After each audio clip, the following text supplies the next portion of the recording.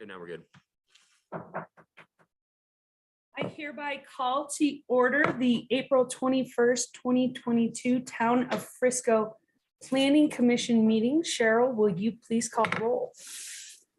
Commissioner Scupian, Here. Commissioner Tain, Here. Commissioner Lesmes, Commissioner Withrow, Here. Commissioner Franken, Here.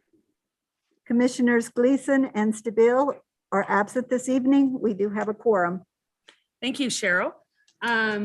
Cheryl distributed the April 7th, 2022 meeting minutes. Are there any correction, changes, comments? Motion. Motion to pass. I second that. All in favor? Aye. Aye. All right. All right, those minutes have been approved. At this time, I will open the floor. I'm sorry. No, that's right.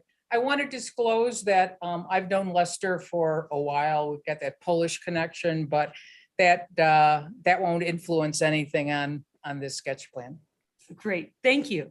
And I also want to call to attention that agenda item number 2, planning file MAJ-22-0004 was postponed at the applicant's request to be scheduled at a later date yet to be determined.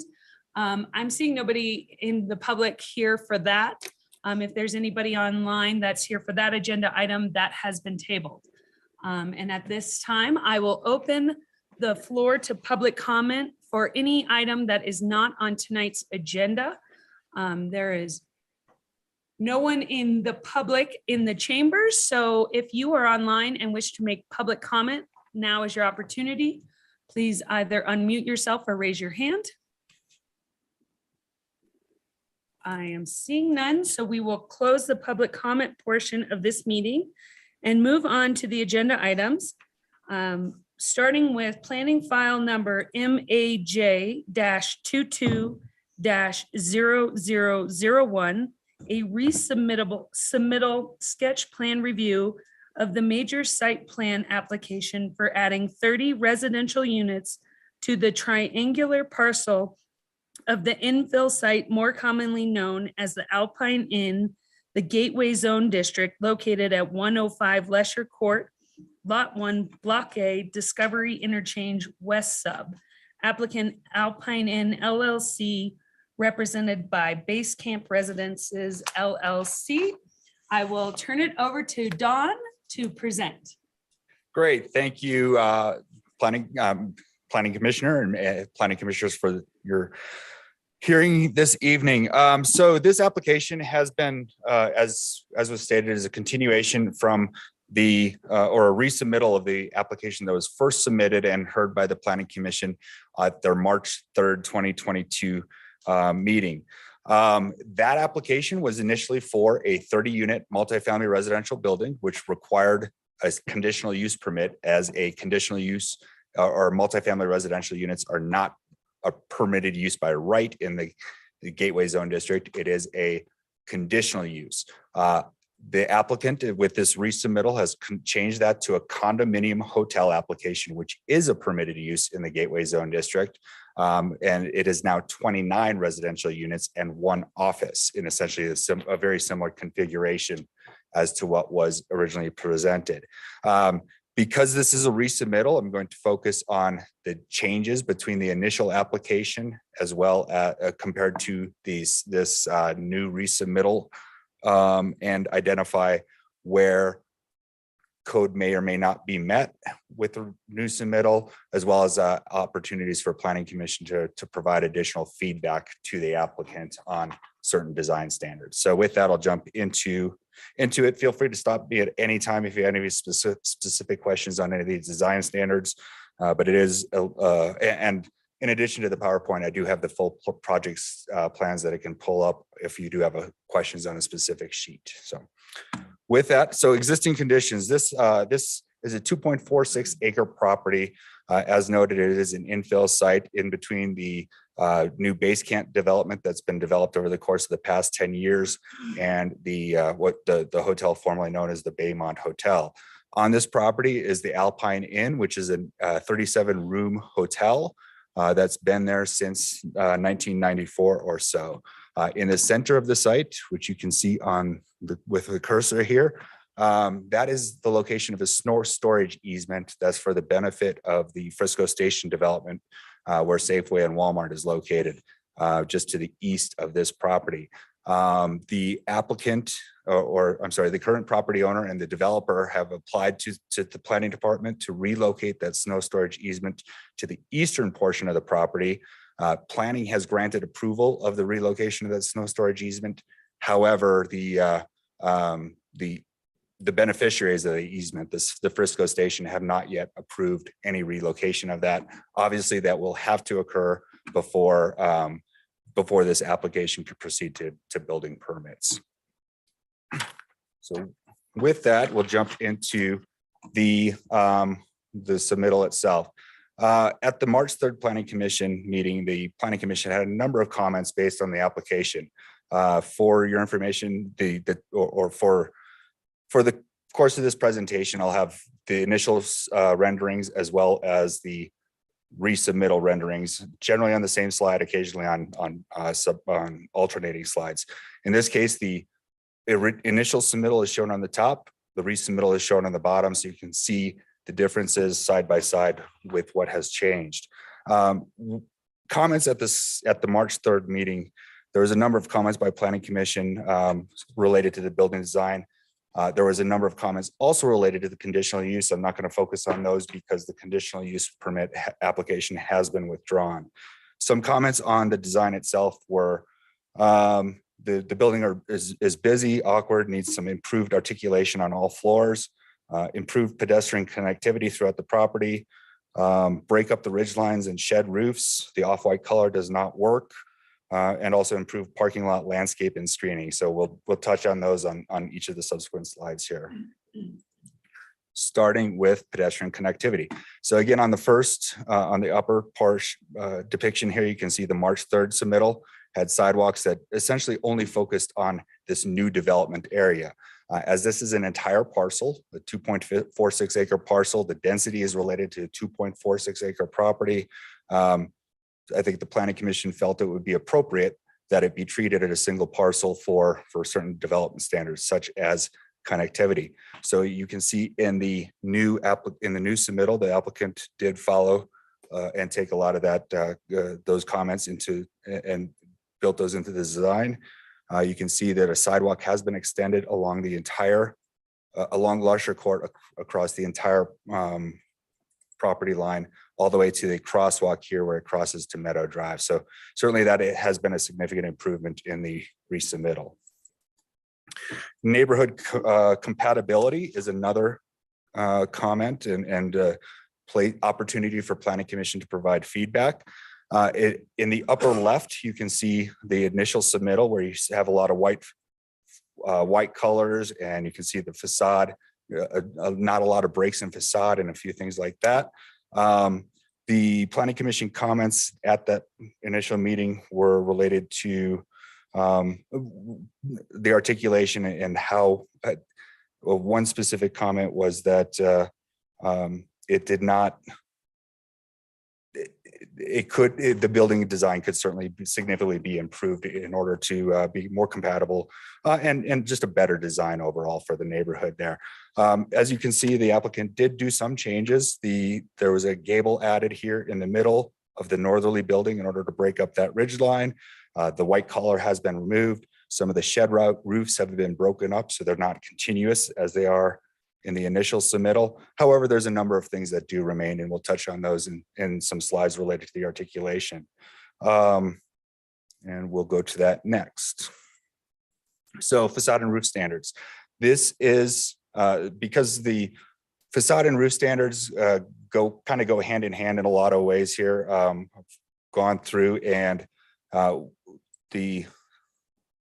we'll show the north building first, followed by the easterly building, which is the smaller building. This is the before on the east building, or I'm sorry, on the north building, which is the larger building. You can see again, no breaks in the roof lines, white color, no real breaks in articulation, and how that compares to the resubmittal. you can see that there was a break added to the roof line here. The color has been obviously changed to a white color. However, based on the information provided, there's a number of things that still could be addressed and have with some feedback from the applicant. One is the building walls apparently appear to still exceed over 54 feet in length. Each of these units are 14 feet in width. So 4 units is actually 56 feet, which is more than 54 feet. And there are no breaks of at least or depth changes of at least 4 feet every 27 feet, which is required by the code. So it doesn't appear that that standard is being met at this time. Additionally, it does appear that based on the roof lines here, at least 66% or more than 66% of the ridge line is on a single geometric plane. So again, it does not appear that that standard's been met at this time based on the information provided with the sketch plan. Additionally, it doesn't appear that the ridge line changes 2 feet in elevation for each 27 feet of length. There is a break here, but that's about the only break. Everything else is on the same elevation. So there's a few things that may be could be addressed if there was more information, or it may require a redesign in order to address those issues. Moving on to the east building. So this is the initial submittal on that. Again, showing a very uniform roof line, very uniform facade on all sections of the building. The resubmittal, there have been some changes, how the gable breaks here. Additionally, the white color is gone. The shed roofs have been broken up to be rather than straight across. They're broken here. So there have been some modifications. However, it does appear that the roof line is 42 feet in length on a single plane and a single elevation. So it doesn't appear that that standard is met. Additionally, it would be the south facade of the east building faces the front yard, and there's additional requirements for breaking up the facade for front facing yards, or I'm sorry, street facing facades. So it does not appear that that's been met, as well as this facade is not broken, with the exception of a small, and I'm not sure if that's a fire room or riser room or what that is, but there are very, very minimal changes and breaks in that front yard street facing facade. So this is another opportunity for the Planning Commission to provide some feedback to the applicant on the roof line and facade standards. Materials and elevations. Again, Planning Commission had a number of comments at the March 3rd meeting. Initially, they had concerns about the lighter colors, and also the very consistent window treatments and window design here. The Planning Commission suggested that some diversity of the materials and windows could be added to improve the quality of the design. The new submittal shows that there have been some modifications. Obviously, the lighter colors have been removed and changed to a more light gray. The window types have been broken up in order to have some variation in there and provide a little bit more visual interest.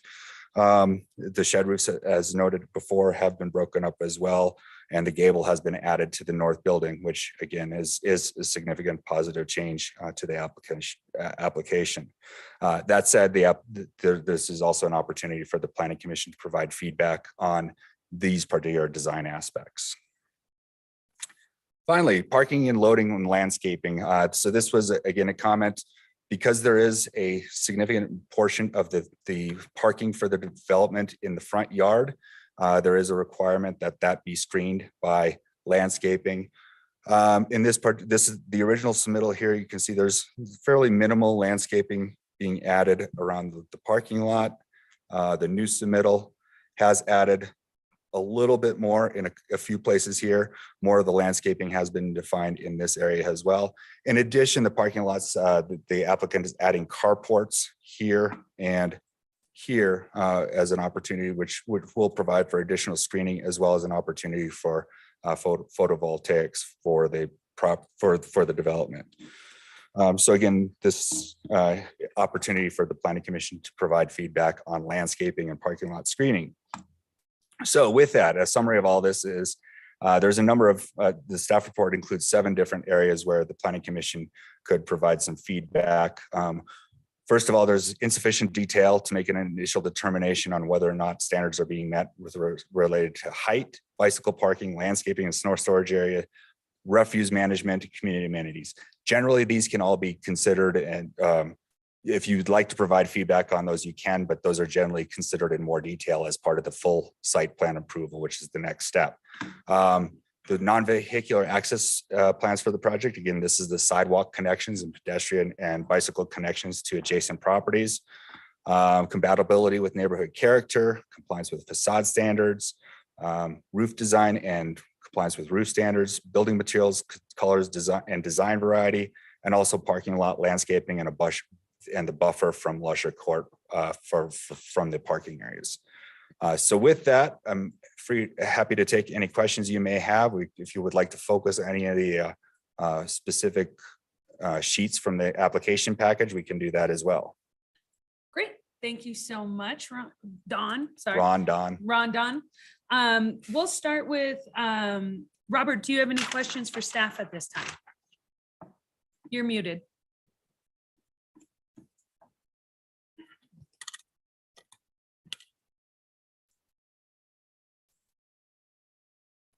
Robert, you're still muted. There you Okay, go. I know, I've been trying. Can you talk a little bit about a condo hotel? I mean, there's a part of me that when I saw this submittal, that it felt like after all the comments we had made last time, trying to deal with workforce housing and rental housing and trying to see this piece of property benefit the community in ways that we desperately needed. It felt like this was just sort of a fast one to get around the rules. So I did a little research in Lexicon, looking at some of the legal things. So I appreciate the fact that there's now going to be an office in here. Is there an assurance that that office can't be later converted to a residential?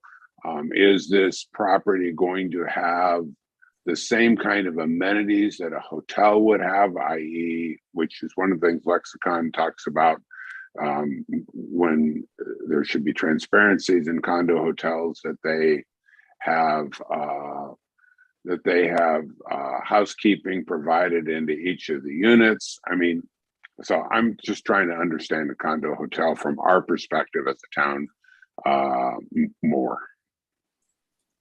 Yeah, no, I think that's certainly a good observation there. So first of all, condo hotels, well, no, going back, the Gateway Zone District it's interesting. It is designed for more tourist and service-oriented facilities, not necessary for residential uses, which is why a multifamily residential building in a Gateway Zone District is a conditional use. Condominium hotel is a permitted use in the Gateway Zone District because, again, those are tourist and visitor oriented, which is what our Gateway Zone District is. With that said, my own opinion is a condo hotel is a very archaic and obsolete term, and I would suggest that we, the next time we do code amendments, we eliminate that because it certainly is not necessary in this day and age with short-term rentals, with the explosion in short-term rentals and the operation of those from your phone and VRBO and Airbnb and the numerous number of property management firms that we have running around in Summit County. So that said, it is currently permitted. The applicant has chosen to propose a condominium hotel, and that is permitted by our code. So the use is not necessarily in question. You did ask about the office building. I'll zoom in here on the ground level plan. The office building is shown, and this is noted in the staff report, is shown as a unit. What was used to be a unit here. Unfortunately, the floor plan is showing it as with a kitchen and a bathroom and a few other things, which certainly suggests that it is not necessarily an office. So as part of the final submittals will definitely require that kitchen be removed because that's not appropriate for an office. This certainly looks a lot more like a unit. In fact, it's no different from any of the other units. So that will have to be a change that will have to be made as this application progresses. Related maybe to the other part of your question of what of the workforce housing aspects of it, again, the use is permitted. Does that answer all your questions? Well, the only question would be that since it is going to be a hotel, is there a way for us to require that the services provided are similar to a hotel, which is the standard definition for what a condo hotel is that it has the same amenities as a hotel would have, i.e. daily housekeeping, and elements like that, as opposed to a condominium building, which wouldn't have those. I think the answer there is no, there's no way for us to ensure that will be because this is not a conditional use. What we can require is that there is an office and that there is a potential presence and an opportunity for people to check in. I don't check if the Alpine Inn has housekeeping services. We assume that they do, but I don't check that. So there's no way to really verify that, no opportunity for us to require that be operated like that in the future. Thank you. That's all I had for staff. Thanks, Robert. Lena, any questions for staff? Yeah. Do we have any other condo hotels in Frisco? I'm not aware of any. I think I've heard that certainly there, like maybe Woodbridge was designed that way initially, but I don't think it ever operated that way. I think Mountainside sort of operated like that at one point because there was a clubhouse and an office in there where people came and got keys actually back 10 years ago. Now that doesn't happen that way anymore. They have an offsite property manager. So no, I don't believe. It's residential now. Yes. Yeah. So no other, and I mean, I was just reading the definition of the condo hotel and it does say that it has to provide a centralized management structure. Mhm. So what does that mean? That means that there's an office provided, an opportunity for people to check in at the office, office for housekeeping, room for housekeeping, whatever else. And again, that unit could certainly provide that, but certainly not how it's laid out currently on the drawing. So with the final or the major final site plan, you would require a new floor plan, but this unit would never be able to be converted to anything other than an office. That's correct. If it continues to be a condominium hotel. So it would be owned by who knows who? Okay. And Probably a general common element or a limited common element or something like that. I'd assume it depends on how they draft the condo decks. okay. And so I remember the last time around, we talked about density and how the density for this whole parcel is 39, if I remember the number correctly. So this becomes a condo hotel, so this doesn't have density assigned to it. And does that mean, and I'm talking hypotheticals here, but does that mean that like the Alpine Inn at some point, if we wanted to, could convert 100% to residential? And then this would not be able to ever be converted to residential. I'm going to actually say no on that. So the way we're looking at this, because the condominium hotel is privately owned and used for residential purposes, density is assigned and the density does apply to this. So it is compliant with the density. So if the Alpine Inn was converted or was proposed to be converted, they could convert. There'd be 9 units of density available. Anything else would have to be bonus density and deed restricted in order to make that the bonus density work. Okay, just because bonus density doesn't count towards density? Yeah, the way our bonus density works is in the code is if you're permitted 10 units and you want 20, Okay, 5 additional units could be market and 5 additional would be deed restricted. Both the 5 additional market and the 5 deed restricted units are considered bonus density. okay. And what is, okay, so just to hone in on that one more thing. So that means that the Alpine Inn is restricted in terms of future use as a 100% residential building. If it was if to be, this is approved. yeah, if it was, and if the Alpine Inn was to be converted to residential, they would have to meet the density requirements of the overall property. Okay, and so the snow storage easement, what happens next? What's the process for them to get that? You said process for them to approve the relocation. Yeah, so the planning department granted an administrative site plan approval for a site plan modification in order to relocate that storage easement. And that was done back in February, I believe, that we gave that approval. So Remember you said it was right in that corner and you said that it complies with the snow storage requirements for the shopping center. But I guess what I'm asking is, it still needs to be approved by the shopping center. correct, just because the planning department has approved the relocation, it's not official until those easement documents are approved by the current beneficiaries, which is the Frisco station, and ultimately recorded at the county clerk and recorder's So office. potentially they could say no. They absolutely could. And if you recall from the March 3rd meeting, there was a letter submitted from the attorney representing the Frisco station owners, Mr. Richmond, who indicated that it was actually Mr. Carlson, who indicated that those owners have not approved of that as of yet. So it is if that doesn't happen, this project is dead. Thank you. Those are my questions. Ira, questions for staff? I think in one of the pictures, I saw the corner of a carport. And then you said there's going to be, excuse me, a carport in both lots, left and right of the buildings. Let's see if I can show, yeah, you can actually see it here. So Oh, I see. on the screen here, there's a carport covering 5 spaces there and a carport covering, it looks like about 8 spaces on this side over here. And do carports typically have an outlet, electric outlet for the carport user? That's going to be completely up to the carport or the developer and the future owners there.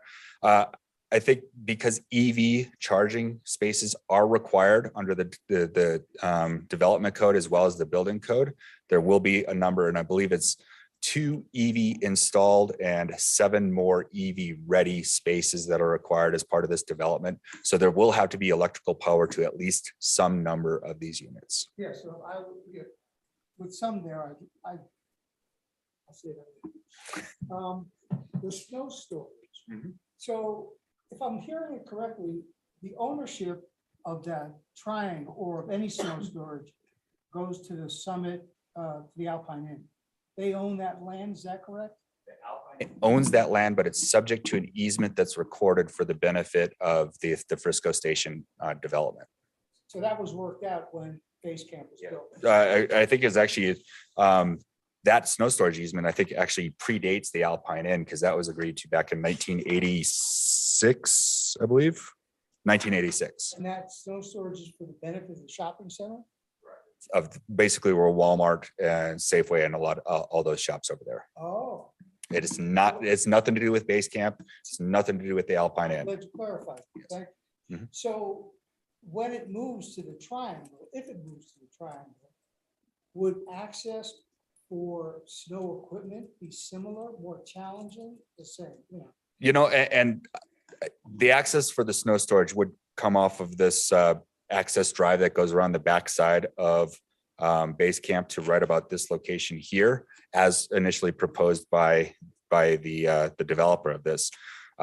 Whether or not that's the same, better or worse, that's going to be up to the Frisco Station folks to decide. But it is an access point. It is an adequate access point from development standards. Okay.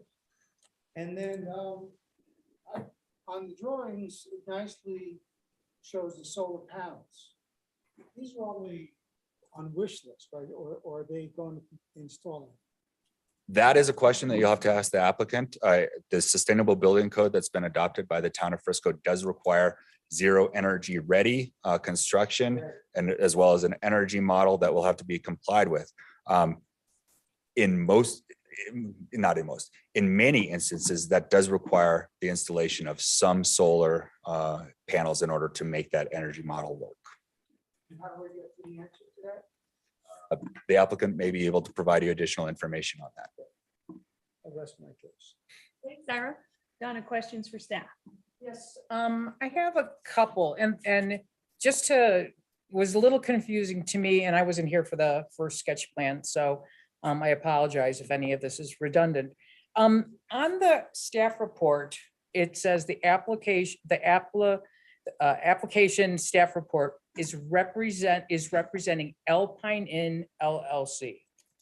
But then I read on one of the plans that the owner is Base Camp Residences, which is Burn Gray. So who currently owns the property? Alpine Inn LLC is the owner of the property. They own the Alpine Inn, operate the Alpine Inn, and own the entire 2.46 Okay, acres. so that's Lester.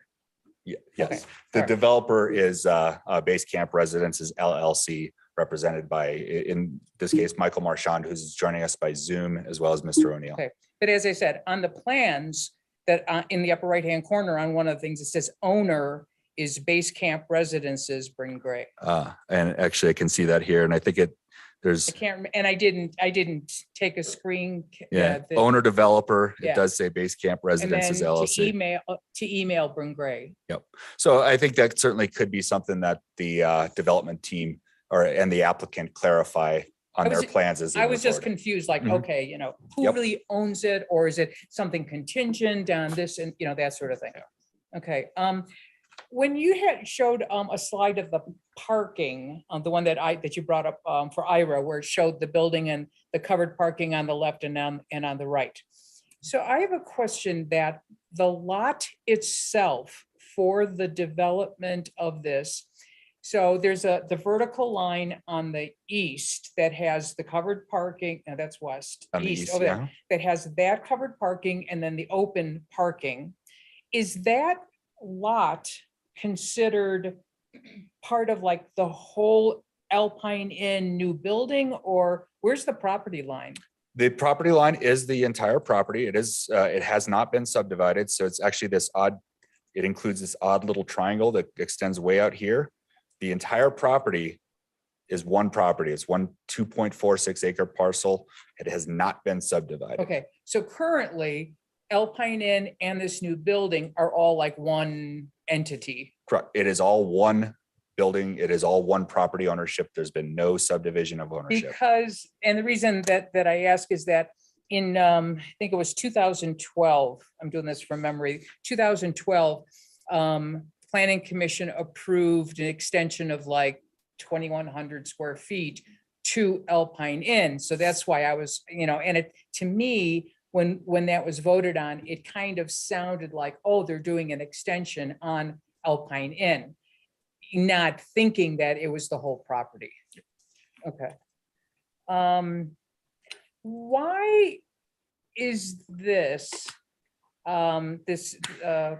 potential building doesn't have really any commercial on the first floor except for the property management building? It's not required in the Gateway Zone District. So the first floor commercial is a requirement of Central Core, the Central Core Zone District. So Gateway, it's not a requirement. Okay. And how is the footprint of the two buildings figured out, determined? Because when you look at this on the north, that a horizontal line from the back of Alpine Inn compared to the new proposed building is so much closer to I-70. And I was just sort of curious of how is the building envelope determined? That'll be determined by setbacks, and it does appear that the setback lines are drawn and shown on this. So Alpine Inn basically is further than they had to be. Correct. Okay. When they built that in 96, they did not, or 94, they did not push to the entire extent of the setback lines. And then, sorry, Don, but I mean, this is a really involved, complicated, project. On the building plans, both buildings, it says, they're labeled proposed residential buildings. Mhm. So that's kind of confusing. It is. And again, this is because the condominium hotel is this archaic thing that just, it's a very unique thing if specific to resort areas. And generally there's some in Copper Mountain, there's some in Keystone. I think there's some in Breckenridge, and they were set up because that was how they developed some short-term rental opportunities, for lack of a better term, back in the day. Yeah. It's, again, in my opinion, that is a very archaic, unnecessary, that should be deleted from our code moving forward, but it's here now. Well, Just in the interest of Robert needing to Yeah. leave, he has raised his hand in the on the Zoom call. Oh, I thank just you. thought I would Yep, thank note you. that. Robert? I just want to go back to the density question one more time. My understanding is that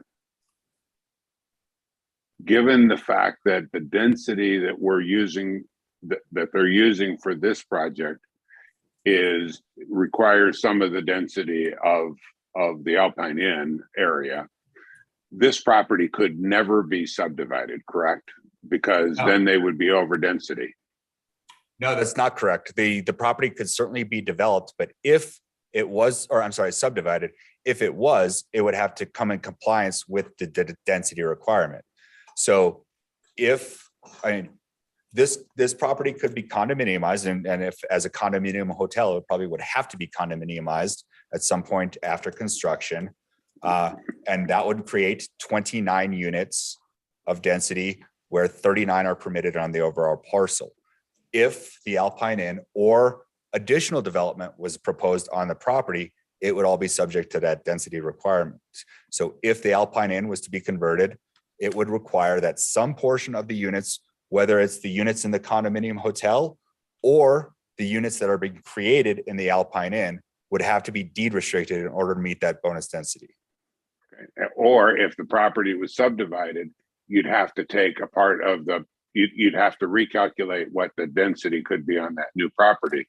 You'd have to reconvert some of the condominium units to deed restricted.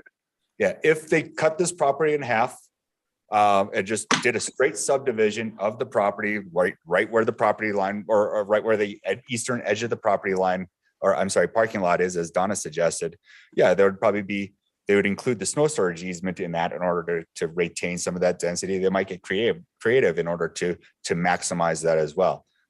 If they were to do a straight subdivision, if they were going to condominiumize it though, the density would be the overall parent parcel. Okay, thank you. Mhm. Appreciate it. Kelsey, can I ask a follow-up question?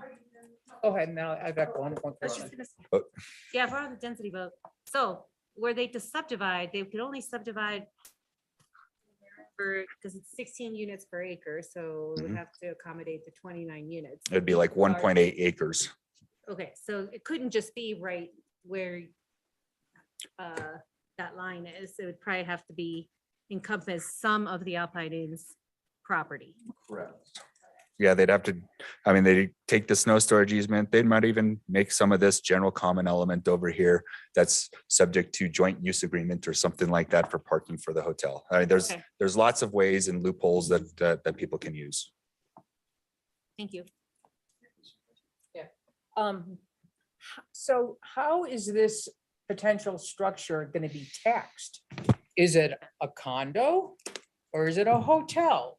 Is it short-term rental? Is it, I mean, daily, what it's, So if, first of all, it would be, since they are residential units, they would be taxed as residential. If you look at the condo hotels that are in existence in Copper Mountain, Breckenridge, wherever else, those are all taxed for property tax as residential units.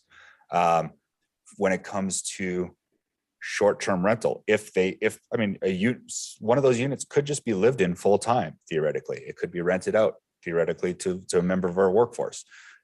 If it's not and it's short-term rented, it would be subject to our short-term rental license fees and taxes, just like any other residential property in the town of Frisco. so then if it's condo, is there an HOA I'm sure there will be. hotel? Will have to be. Again, this is an archaic term, but there is, if you look at condominium hotels, whether it's at Copper Creek or wherever else it is, Passage Point, I think maybe has one.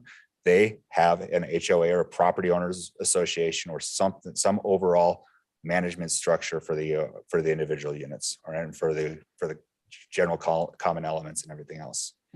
So there would be condo declarations and everything else required, just like for any other condominium project. This is a condominium complex with the one unique thing that there is a office in there. Management office. Yep. Yeah. Okay, thanks. Can you pull up where the new snow storage is? Because Yeah. it seems like it's significantly smaller. It is actually, it is a smaller footprint. As part of, and I don't have the exact dimensions shown on this submittal package. But it is smaller. It takes up about from here over. The calculations provided by the application for the administrative approval or administrative site plan to relocate that did show that it's meeting this required snow storage area for the parking lot over there. I guess you could say that the current one is oversized.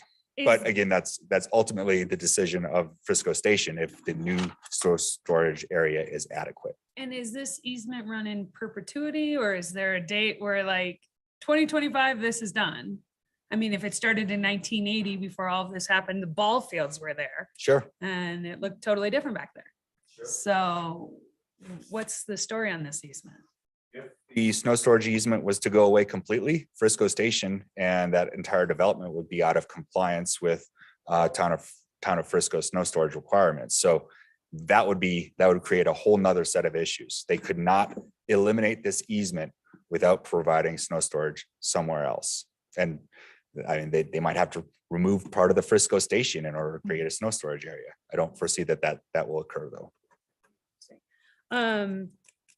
Let's see, and have we taken into consider if I-70 does that frontage road back there? How does that impact this property? Yeah, Because if I was living there, I'd want to use the frontage road versus the congested. I mean, you go around on the, what is that, the north, south side of Base Camp, and in the winter, that's a one-lane road now with cars coming out. I mean, it is a mess. And adding 29 more units in here, are we considering what I-70 could provide us to eliminate some of that congestion? Maybe that's a question for the applicant. so I can say that the initial plans I've seen for the potential frontage road and that design, and I've got it upstairs actually. It shows that the frontage road would come through at about this location Oh, on the okay. cursor. So it would not be on the Alpine Inn property. It would actually be on the what's now the Summit Suites property, formerly Baymont property. Got it. And Again, then, that certainly has not yet been approved. There's a lot of that's still in the ownership of the Summit Suites group. So there's a lot of things that would have to happen there.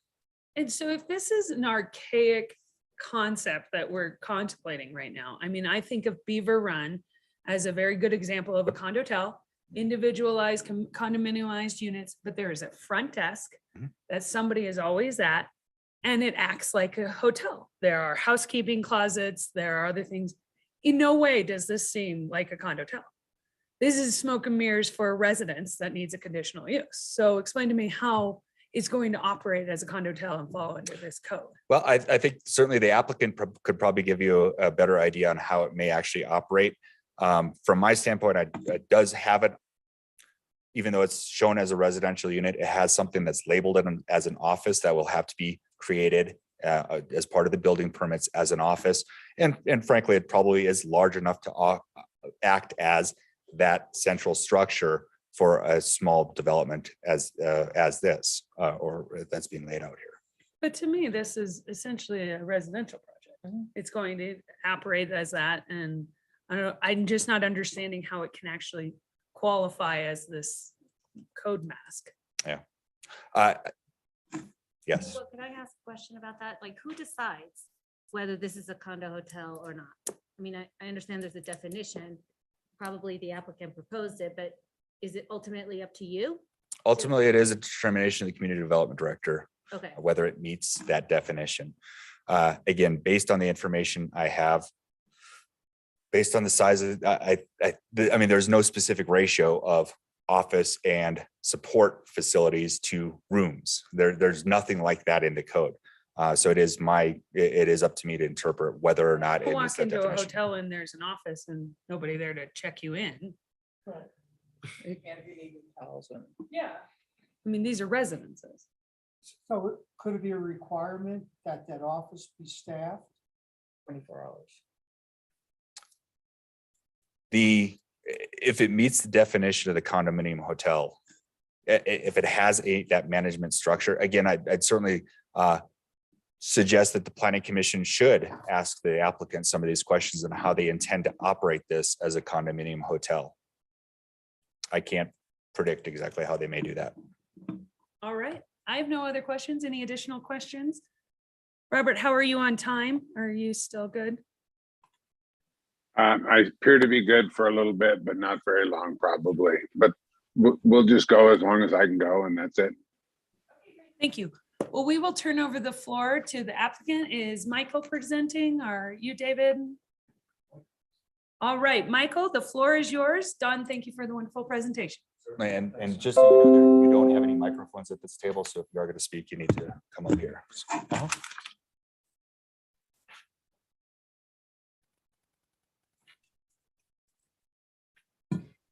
Hey, Don, before I start, could I ask that you stop sharing your screen just so that I can see the rest of the room, please?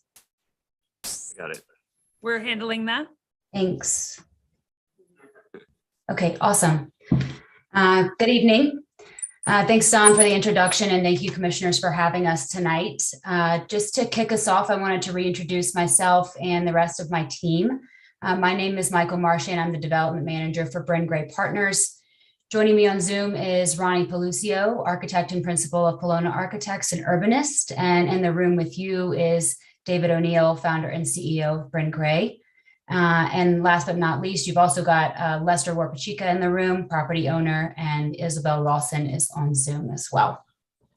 As Don stated, we presented the original version of our sketch plan for Basecamp Lofts and Studios to you on March 3rd. And at that meeting, you all provided us with some really excellent feedback, which we have incorporated into the design. And Don touched on some of those changes, and Ronnie's going to dive a little bit deeper into that in just a few minutes. We're confident that you will be pleased with what you see. And with your approval this evening, we intend to submit a major site plan application for the project and hope to see you again in June for another hearing. And we're working to get our building permits by October. With that, I will turn it over to Ronnie. Thanks, Michael. Good evening, everybody. Thank you for the opportunity to present another sketch plan submittal to Planning Commission. I would like to share my screen. I was wondering if somebody could allow me to do that. And then while that's happening, I had just a little housekeeping question and then comment. Don, when I share my screen, can Planning Commission still see our faces, or is it just the screen that they see? They can see you with a ribbon along the top. Oh, they can. Okay, great. And then one little point of feedback is we could hear everybody very clearly with the exception of Ira. I'm not sure if his microphone was off when he was speaking, but if there's more questions, Ira wasn't coming through as clear as others. So Sometimes we forget to lean forward. Oh, well, everybody else it was very easy to hear, but I just figured, Ira, I really want to make sure that I can address any of the comments that you might have as well. It's really great to hear all of the questions that came up. We're here to talk to you about any aspect of this that you really would like to ask of us. You know, I was planning on focusing my presentation on the differences between the last presentation and this one, which is really what I'm going to do. And I'm going to focus on a couple of images that are, in fact, the 3D models. After our presentation, if you have other questions, you know, by all means, we're here to talk about anything that I might not cover in this brief presentation. And Don, thank you for the summary. I'm going to be a little redundant here and go over some of those items, but I just kind of want to start with the precedent. And so I'm assuming you can see my screen. it should be split in half so that there's an image at the top and an image at the bottom. The image at the bottom is our current application. It's the image of the 3D model of what we're proposing in this sketch plan submittal. The image at the top is the existing building that's on site, that is the base camp residences building. It really is the precedent for what it is that we're proposing here. You can see the gabled roof forms. You can see the porches. The porches have storage on them. And the building in general has similar dimensional standards as to what we're showing here. And, you know, there are many aspects of your code that rely heavily on dimensional standards, which we have dimensioned models for you tonight if you're interested in talking about dimensions. So if those questions come up, we can look at that as well. But I really thought it would be good to put these two images in front of you to show you that we're really trying to meet the code's intent, which is to be compatible with the context. So not only this building, but the rest of the buildings on the campus have similar kinds of dimensions, and we can talk about that if you'd like. I'm just going to pull up the other image, and I know Don did this side by side. We provided some documentation of this in our proposal, so I'm really glad that Don also reflected this. So here's the side by side. The earlier version is at the top, and once again, the current submittal's at the bottom. And I'm just going to run through a handful of the changes, kind of in a summary format. To recap, there was a request to modify the colors on the building, and we did modify the color scheme. We eliminated the lighter color that you can see that looks very white in the 3D model on the top. It wasn't a true white, but we introduced a tone that is similar to the tone of the building that is the existing base camp residences gray. And in fact, the tone that we're presenting here is one tone slightly darker on the color chart. So if you picked up one of those color sticks, you would see that the color in our current proposal is just a notch darker. And so in order to address your comment, we tried to make that improvement. Comprehensively, we think that the comments and feedback that we got back at the last sketch plan resulted in a better building. And you're going to see as we go through this, you know, we tried to pick up all of these points. The carports question, just to point out, in the lower left-hand corner of the lower image, you can see that there's a carport. And then I can rotate around this model, but for the time being, I'm going to leave it where it is for comparative purposes. But there's also a carport that's behind this 8-unit building for some of the vehicles on that side. It helps to better conceal the vehicles. It provides a roof surface to protect some of the vehicles, and it also offers potential for photovoltaic. So there was a question about whether or not we're going to put photovoltaic on. At this point, we don't know because we're trying to determine what the mechanical system is for the building. And one piece of the criteria in your building department's code is to have net zero ready buildings. And so a certain amount of roof will need to be able to accommodate future photovoltaic. It's a nuance in your code. The carports help to accomplish many of those items and also are a good platform for the net zero ready requirement. We made modifications to the window compositions. You can primarily see on the gable roofed sections here that the geometries of those windows and the sizes of them are different than the geometries and sizes of the windows on the grayer sections of buildings. And those windows wrap the corners to take better advantage of natural light and ventilation. As you can see, they were not in the original proposition. And then we also have similarly window compositions underneath these roof forms that are different, that match with the same types of configuration that happened up above. That's to say, these sections of buildings have different window configurations than the grayer sections. We added architectural features at the entrances. So one primary entrance to the 21 unit building, which is this building here, has a set of stairs that come out and address the courtyard. And there's an architectural feature there. And on the back of the 8-unit building, there is also an architectural feature, which I can show you, again, to punctuate entrance, to give greater articulation to the building, to give a little bit of wayfinding for people that live there to know how to actually get into the building and provide a little bit of shelter.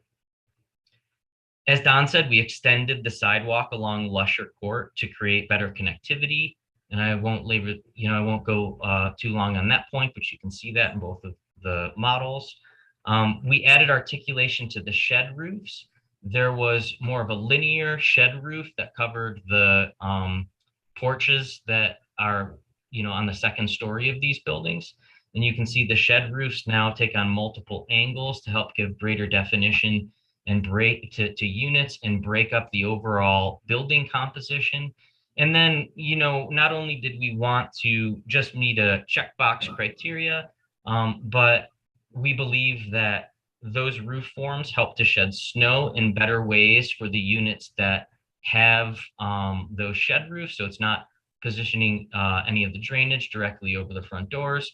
And then for those that are front facing, we extended those roofs so that they meet the 2-foot criteria to get snow even further away from steps at the lowest level.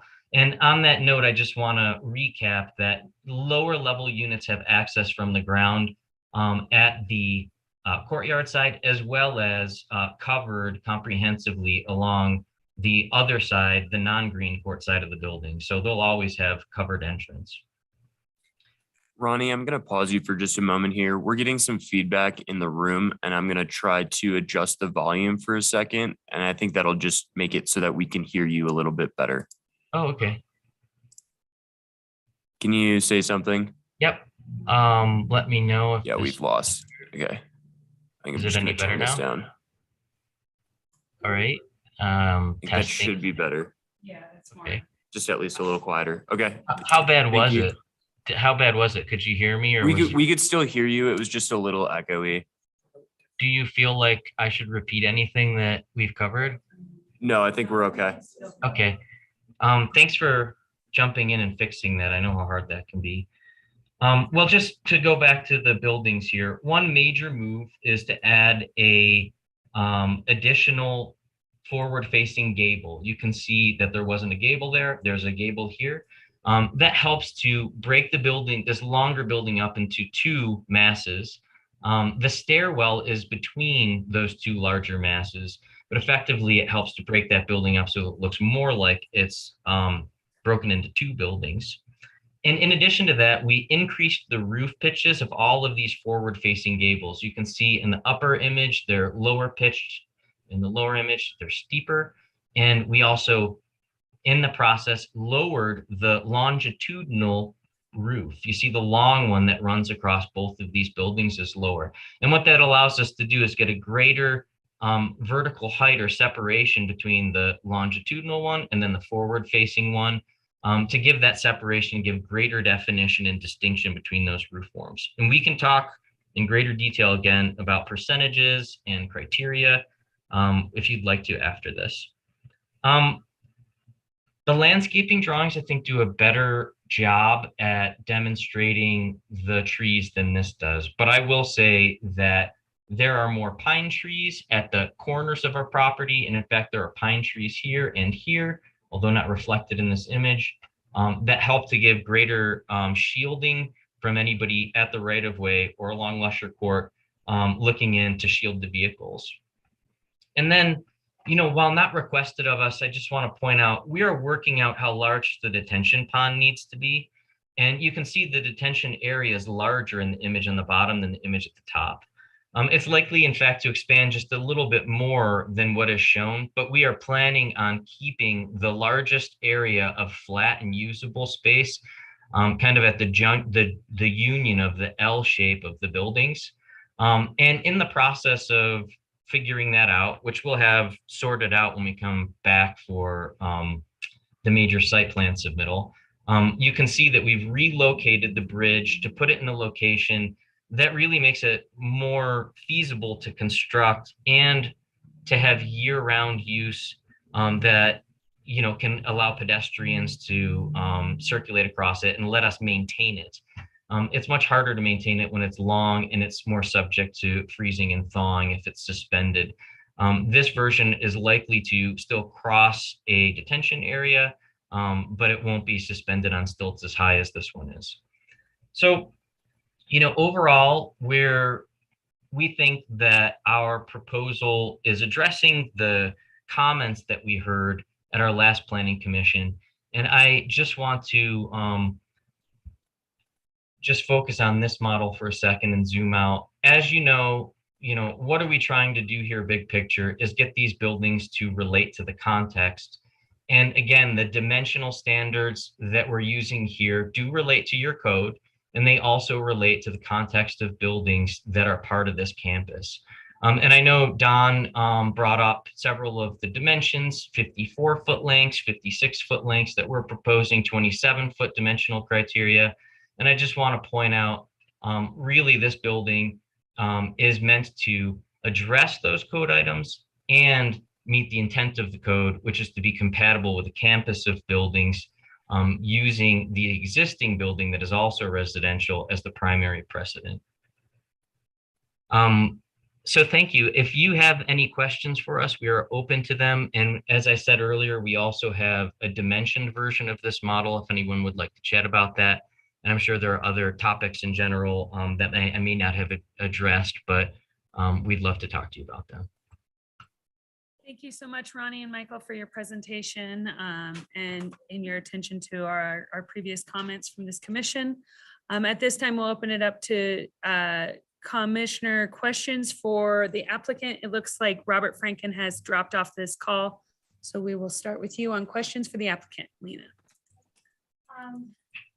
Hi, so first question I have is, sounds like you're pretty certain you're going to be able to get through planning commission and pull building permits by October. And what makes you think that you're going to get that snow storage easement approved? Thank you for the question.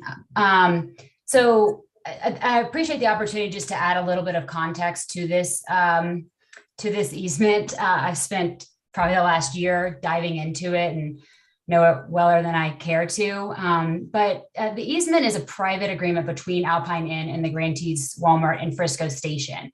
The current easement area has been deemed over the years by multiple planning directors, with Don being the most recent, as excessive in size. And so we are following the prescribed relocation process that is outlined in that original easement to the T.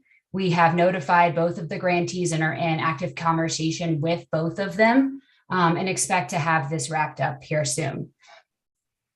It's not really a matter of them approving it or not approving it. It's just finding a win-win solution that makes everyone happy at the end of the day. And we do feel confident that we will achieve that.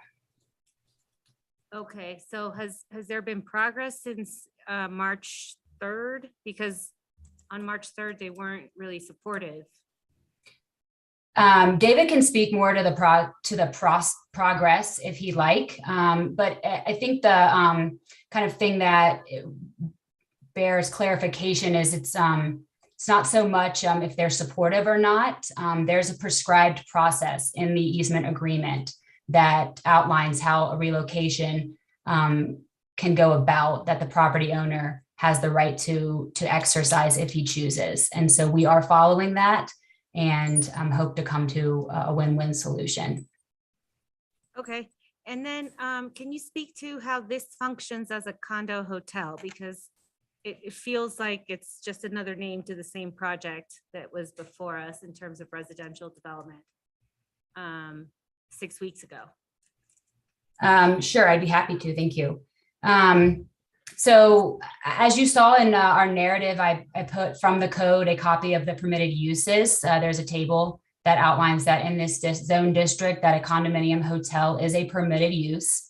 The stipulation for a condominium hotel is that it does require a centralized management structure in which we envision the office unit to function for maintenance and HOA management. So although the floor plan is not reflective of that now, that unit will be used in that regard. So what will happen at that office? What kind of services are you providing? There will be an HOA. That was a question that we heard during your feedback, your initial feedback. There will be an HOA, and that is where the HOA will run management of Base Camp Lofts and Studios out of. Maintenance, things like that, landscaping, management of the common areas. And it's okay if you haven't figured out all these details, but you think that there's gonna be somebody there full time? Because my HOA doesn't need an office. Full time, certainly not. At this time, it is not our intention to have anyone there full time. Okay, It's our understanding that essentially that's not necessarily a requirement, but it will be used as an office for the project. and why did you pick that unit in particular? Well, maybe I can speak to Yeah. that. First of all, the unit isn't designed and, we're showing basically the same unit footprint and interior accommodations as the others. It won't look like that. When we come back to you next time, we're going to make that an office. There might be a restroom in there, but it's not going to be another one of the units. That's not our plan here.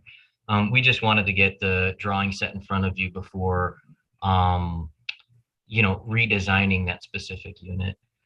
We put it at that location because, first of all, it makes sense to put it on the ground floor so that if there is somebody coming and going, that they have immediate access to it. And then also putting it at a point of circulation in the largest building is also meaningful because it lets whoever might be at that location see people that are coming and going. So it's more of a service-oriented location. And Lena, we haven't figured out all of the details of it, but we have talked a little bit about allowing that space to also be used by the residents should they have meetings or should there be a need for a common space. And so we're still in the process of programming all of the details, how it might be used when not in use by, an HOA, somebody that's part of the HOA.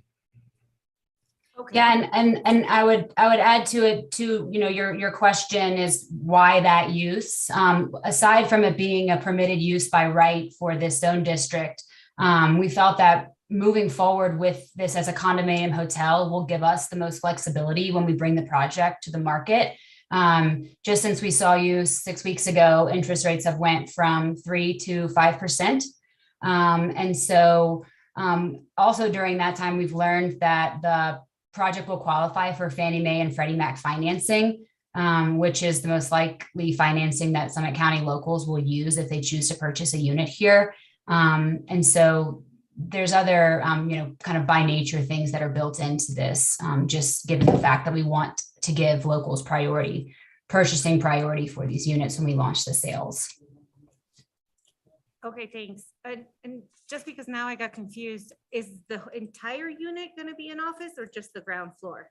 Oh, sorry. It's just the single unit. So it's just one ground floor unit that will be the office space. Is that what you're asking? Yes. And so the upper levels are going to be part of the other units?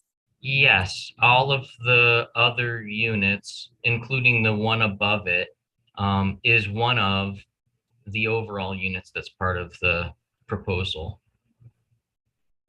Okay, those are all my questions. Are there Lena, any questions Oh. for the applicant? Please lean forward too so they can hear you. Ronnie, can you hear me? yeah, I can. From the users of the snow storage, you may have complied with the area necessary, but it would seem to me that it would be harder through the winter to load that area from that one access point. I mean, is the snow storage strictly an area calculation or an operational calculation also? Oh, go ahead, Michael. Yes, no, actually, thank you very much for asking this question because Don may be able to speak to this, but we had to supply Don with a massive amount of information in order to show that this area will function as intended for a proper snow storage area. So as part of that, we had a licensed snow removal contractor come out to the site, walk the site, and verify that the driveway and the turnaround radius area is appropriate. The grading will be appropriate. And then also we had a drainage report prepared to show that it will function as needed. So we have checked that, checked that against on multiple levels. All right, thank you. Ronnie, I'm glad you changed the screen. On the bottom picture, you show the water retention area.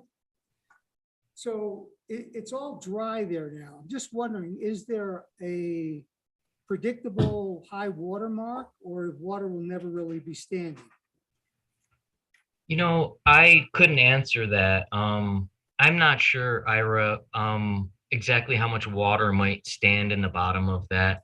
We're working with a couple of different consultants on this topic, Wright Water Engineering, as well as our civil engineer. And we're having that type of discussion right now. But I don't have an answer for you right now about, how much water may be in the bottom of this and for how long. Yeah, because I was wondering if one would look at it as a water feature, but if as depicted, it looks like grass. I think it's unlikely that it's a water feature. I think most of the time it's more likely to behave and perform like it currently does.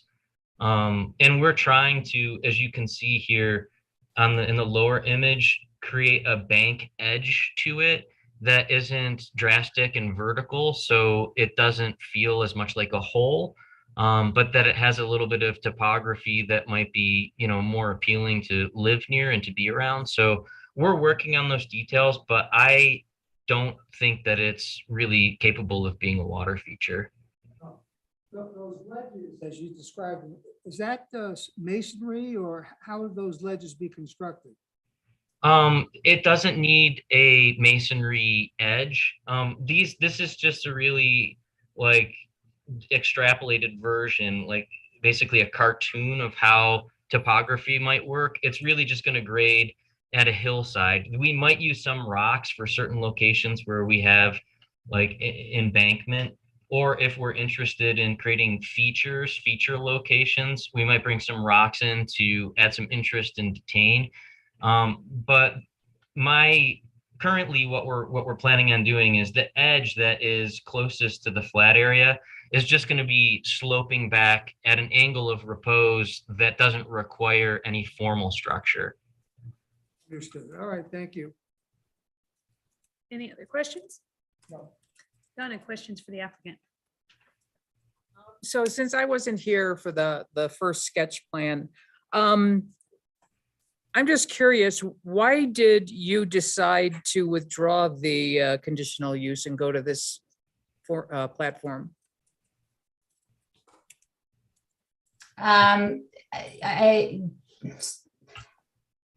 We decided to withdraw the conditional use, as I said earlier. The market is changing rapidly, and we felt that this use, aside from the fact that it is a permitted use by right for the zone district, helps us maintain the greatest degree of flexibility when we go to the market. Okay. Go on. Sorry, I was just going to say something here. I mean, we spent a lot of time thinking about this. And Lena, you had some really great comments at our last planning commission meeting that I think, brought up some big picture questions about the zone district and the conditional use request. And I'm just going to say, we thought long and hard about what this table tells us. I'll just say, I deal with zoning and planning and architecture in many municipalities. And this is a little unusual. There's something unusual here, which is the condominium hotel. I agree. We are not trying to dupe anybody. This is embedded in your code. We actually talked to Don about what it means. And I'm just going to say there's a message about the Gateway Zone District in your code. And everything that is a full dark circle is a permitted use. Anything that is a half moon circle here, that's a conditional use. So what this district says, if you look at the uses that relate to lodging facilities, it says anybody could build a boarding, rooming and lodging facility here without conditional use request. Anybody can build a condominium hotel without a conditional use. A hostel, a hotel, or a motel, just like we have. We could build more offices and so on and so on. If you're looking for a residential use, and let me just see where it is on your table. Shoot. Well, 100% residential use requires conditional approval, which is pretty interesting because if you look at all of these use types, what they're saying is, in fact, what we really want is this type of use, which is more like a hotel. And what we heard from you guys at the last meeting was a little different than that. But your code is saying something that's very logical. That is, this is a place that is a gateway to the community.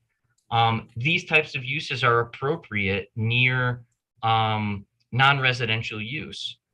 And so when we look back at this, we said, well, maybe we are more neatly in this category. And although condominium hotel was also new to us, after talking to Don Reimer, we said, maybe that is really what we want to do here.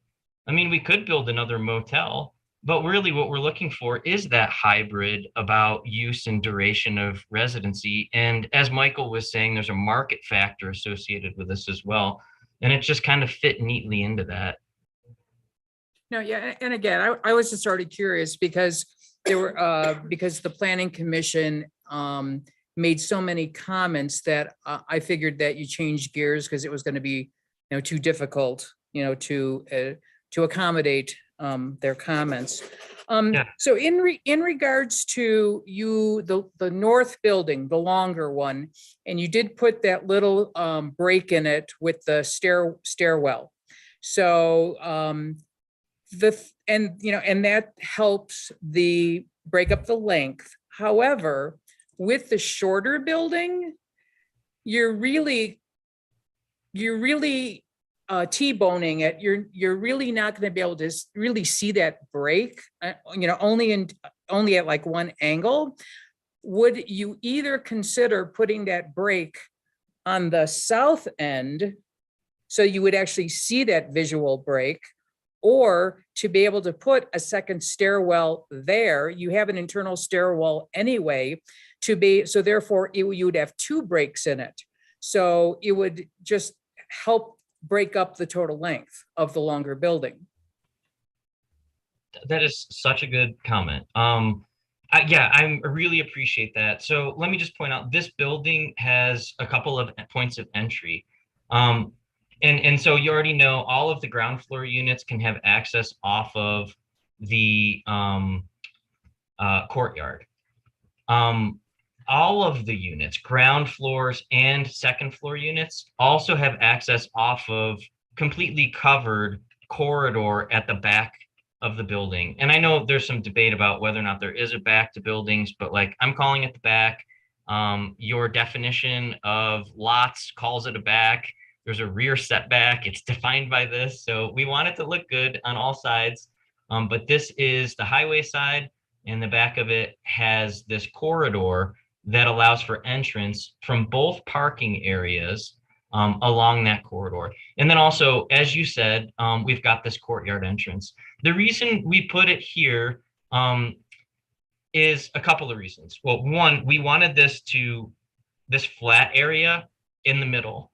And then we also want the stairwell at the flattest area. We also wanted the stairwell at a point where it would get the most use to help drive people into the courtyard to come up to activate the courtyard when possible. And most of our parking is on the right-hand side of this image, which is the northeast side of the site. So we didn't want to push it too far to the other side of the building because we really wanted it to kind of lean to the dumbbell side that has the most parking to really encourage people to go up that central staircase. But that's a really great comment. And when we've been looking at this building, these buildings, we are totally looking at it as a composition, because while presented in the submittals as building elevations, you never see it as a building elevation. You really never see this section of building front on. It's just impossible. And so, even when we get to the articulation criteria, the type of understanding that you just explained, which is how you perceive the building and how you might see that entrance comprehensively, is something that we thought about when we designed these. So I'm glad you brought it up, but we thought that entrance was best located kind of at the joint. Well, with that being said, and then going back to the one unit that's going to be hopefully the 24/7 office with housekeeping supplies, it's strange that if it is going to be a condo hotel, that there isn't a true lobby. And I thought that, okay, with that stairwell and that focal point, that if the adjacent space next to that was a more useful lobby, to give it a different feel. I mean, even all the condo buildings that Apicapa or in town, I mean, most condo buildings have a lobby of some sort, so it has a little bit more of an entrance. This is just, a little confusing, but it's just, just kind of wondering. So with all the surface parking, you decided to propose all surface parking. Are the spaces assigned? We haven't talked about that yet, but I'm just, on behalf of the team, I'm pretty confident there's going to be an assignment of space to avoid any conflict for users. Okay. And then with this being a condo hotel, and so if I bought a unit, I wouldn't want people coming and going every other day next to me. Are you planning that the units that are residents and then the units that are going to be rented out as a hotel, are they going to be interspersed, or would you have it like the first floor is the hotel and the residences are on the second floor? Michael, would you like to address that, or do you want me to? I'm sorry. Okay. Thanks, Ronnie. We have not decided that yet.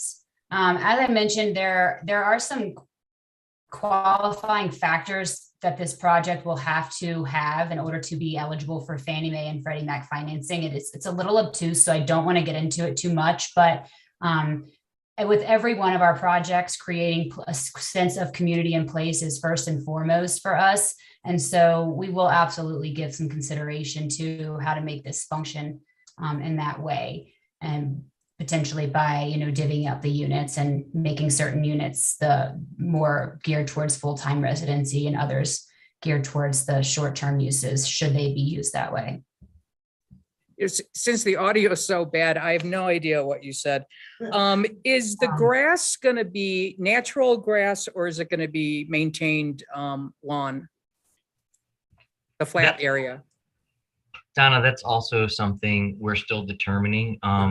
Am I echoing? Can you hear me? We can hear you, but there is an echo. Okay. Is it better if I speak softly? I just, if you can't hear us, it feels like something we should try to resolve with you. No, just talk clear, concise, and fast. Okay. We're figuring that out. I mean, most of this area that is detention, I mean, obviously that's not going to be seeded and maintained grass. We're trying to sort out how much flat land area is available, at the L shape. And in the next proposal, we will definitely have more information about that. And then my last question is that if this is going to be a condo hotel, is it going to have a name? Is it going to have signage? It's also undetermined. I'm sure the project has a name already, but we are not sure if there's signage. I mean, that's a great question. You're thinking one step ahead of us. Thank you. Any other questions? I have no questions at this time, just comments. Thank you very much for your presentation. At this time, we will open the floor up to public comment for any public that wishes to make a comment on this application. There is nobody from the public in the chambers, so if there's anybody online that wishes to speak on this agenda item, now is your time. Please state your name and address and keep your comments to 3 minutes. I am seeing no public comment, so we will close the public comment portion of this agenda item and move on to commissioner comments. As it is sketch plan, and we typically talk about building stuff and how we perceive all of, if they're meeting these standards. Staff asked us to comment on height, bike parking, landscaping, refuse management, community amenities. I think we can probably keep it, seeing there's just the four of us, pretty informal, have the conversation. Give comments, suggestions, how we want to move forward with this. Sure, I'll start. Look, You you looked just at go. me. The pedestrian connectivity to Lusher Court, I think that's really, really nice. It's very inviting. I don't see, it just, to me, doesn't seem that there's enough snow storage, especially if the on-premises snow storage has trees in it. So how is that going to work? That they're going to, you'll plant trees for your landscaping because you're obligated to, and then the snow storage will break all of them. Though in code, it does say if anything is damaged and killed or broken, it does have to be replaced. So you may want to think about, as you don't want to replace vegetation, every year. The ridge line, it's not really exciting. To me, that's why I thought, and because it is so long on the north building, that's why I was making the suggestion to make that second break in there. I thought that would help break it up. So the ridge line's not that exciting, but if you can get it to meet code, then that's fine. The design in general, in the design, the color's okay, the materials are fine. They're a little mainstream. It's very suburban. It doesn't really have the same vision, I think, as the rest of the base camp buildings. The other building on the screen right now at the top, the original building, I love that building. Yeah. And if this could look more like that, I think it would really, really be great. It has, the same vibe. I wish it was more like that building that had underground parking and, for each unit and everything, and to have less surface parking. But again, it can be developed because the code says so, but it looks too residential to me. It looks like something like, like a Peak One, it looks a little too residential. I don't like the idea of residences on the first floor, but of course, then they're hotel rooms. Because to me, I feel that this building has enough visibility, like being on Main Street, and Main Street doesn't allow residences on the first floor. Now, granted, this is a different, district, but it just seems odd to me that residences or hotel rooms are on the first floor. Are these hotels though? I mean, like they're residences, and Yeah. I'm just not saying, I mean, They if we don't have do to it. get our Hotel- code yeah. described to us, you're pulling a And smoke screen, and hotels that's not a hotel. Don't, It's not a transient nature to it that Fannie and Freddie categorize as condotels. so as we brought up earlier, that, if it's a condo, then a certain percentage should be deed restricted and no short-term rental. If it's a hotel, then the rooms should not be for sale. So I'm Yeah. still going like, what? I think in regards to, we're supposed to look at community amenities. I don't think there are any. If in that flat area, there could be a public gazebo, a shade area. So if people go to Whole Foods, or if someone, is walking by and they want to just sit and hang out with some benches and some shade, that would be cool. I mean, it doesn't have to be a gazebo, but it could be a really cool structure to give this a little bit more personality. And then the overall, in regards to the overall 54-foot length, it is pretty flat. There aren't really any depth changes. So I really don't think that meets code. And in the revised layout for the balconies on the second floor, where now they have the shed roof, the there's a lot of mirrored matchy going on through the whole thing to me. And it's almost as if with those shed roofs, the balconies are still square. If that was open all the way to the roof, that could maybe, open it up a little bit. Or like on the other building, this, maybe some of the, let's say the middle section of the long building, instead of having those being covered, have those being open, like the above building. It would help lower the mass. It would give it a little bit more interest. Because the mass doesn't bother me as much because it is a commercial interface gateway community. It There looks better are in the 3D, big you buildings, like, to me, like, I could look past some of the design issues, but I can't get past what the use is, because I don't think this is a use by right, because there's no proof to me that there's any hotel element. So if I was to vote on this today, I would vote no, because I don't think it's a use by right, because I don't believe it to be a condotel based on very many examples in this community Yeah. of condotels and how Freddie and Fannie identified condotels. And these are commercials or residential. And I don't even have problem with residential being in there, but I think it needs to go through the right avenues like it did before. I mean, we haven't talked about this as a sketch plan, but more so as why did all of a sudden it's shifted complete gears. Yeah. To me, that's where my comfort level is wavering. Yeah, and if I could jump in, I think the condominium hotel, it's vague definition in our code. I think it will be up to the applicant as if this application continues to move forward as a condominium hotel. How that it's going to operate. and Meet the intent of a condominium hotel. If they're all sold separately as individual units and used as Short-term rentals, then it's- individual, that's residential individually still. owned That's still a short-term rentals, use. there's no hotel management structure that's renting the rooms. And so that wouldn't be a condo hotel. So again, it does have to, it will require additional definition by the applicant and how it's going to operate as such. If I was looking at a building that had that greeting area, a lot of the condotels we see have front desks that are vacant, like not everything is the Grand Lodge in Breckenridge where it is operating as a hotel with individual owners, but there's no amenity in this building that doesn't tell me this is 100% residential. There's nothing in our code right now that says you can't rent it short term. So it's like go through the right avenues through the code to get it approved, is my opinion. What do you guys think about with, the longer building being condo hotel and the smaller building with the 8 units? If the developer would consider having those deed restricted, they're all for sale, right? To have that building, the 8 units, it's, being deed restricted for sale units. I'm just struggling to see what the community amenity is here, There isn't any. because these are all going to be sold at prices that are unaffordable for locals. Locals will not be able to get traditional financing on a condotel product.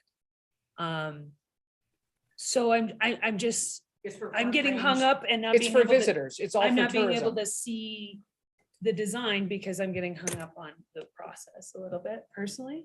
I'd rather it just be a hotel. Yeah, so like, that's like step one, what's the use?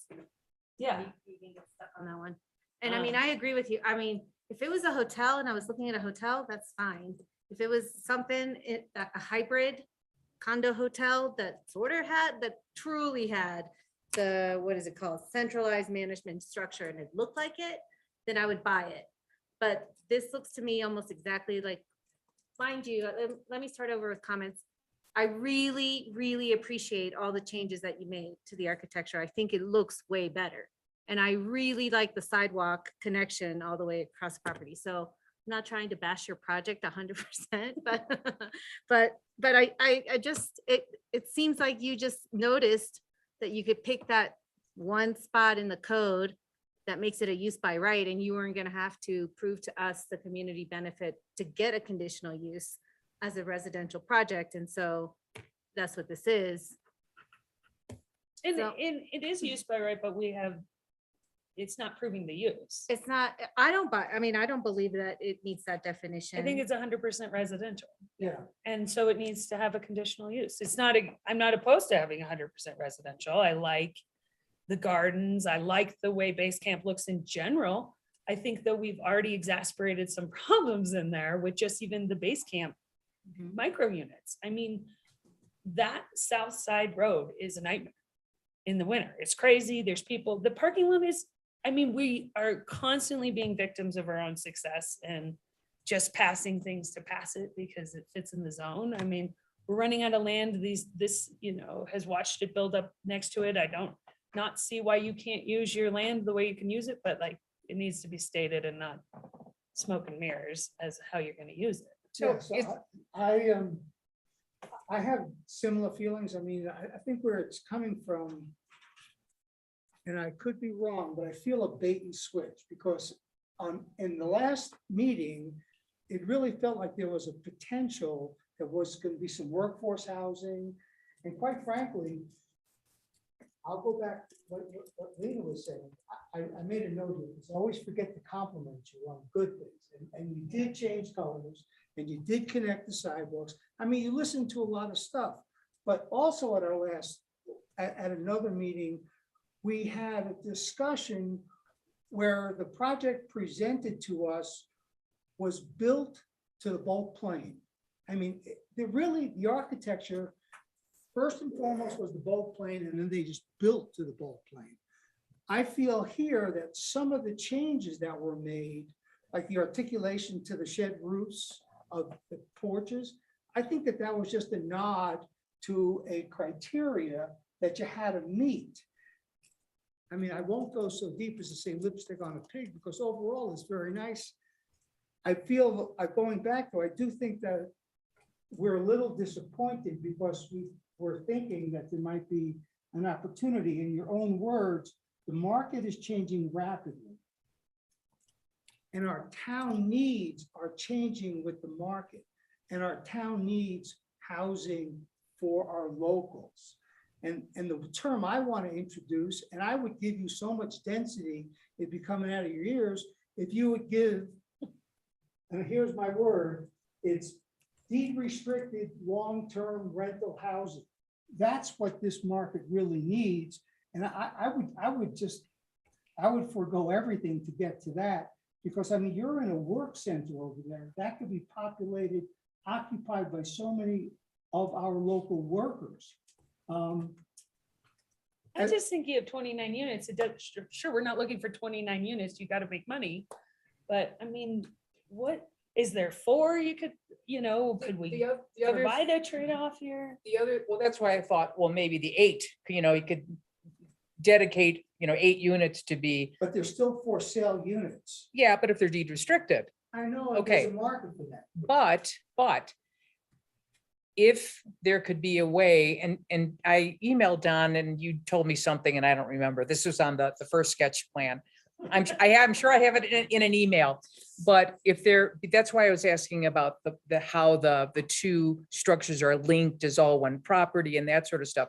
To be able to have something to say that if then the current Alpine Inn, which thank goodness is currently, rental workforce housing, for it to remain or improve, that building structure to remain as employee rental units, then, Or even if, like the hotel was, say, hypothetically still a hotel and there was a bridgeway to these that those guests could go to use their front desk and it wasn't there, then I could buy this condotel product.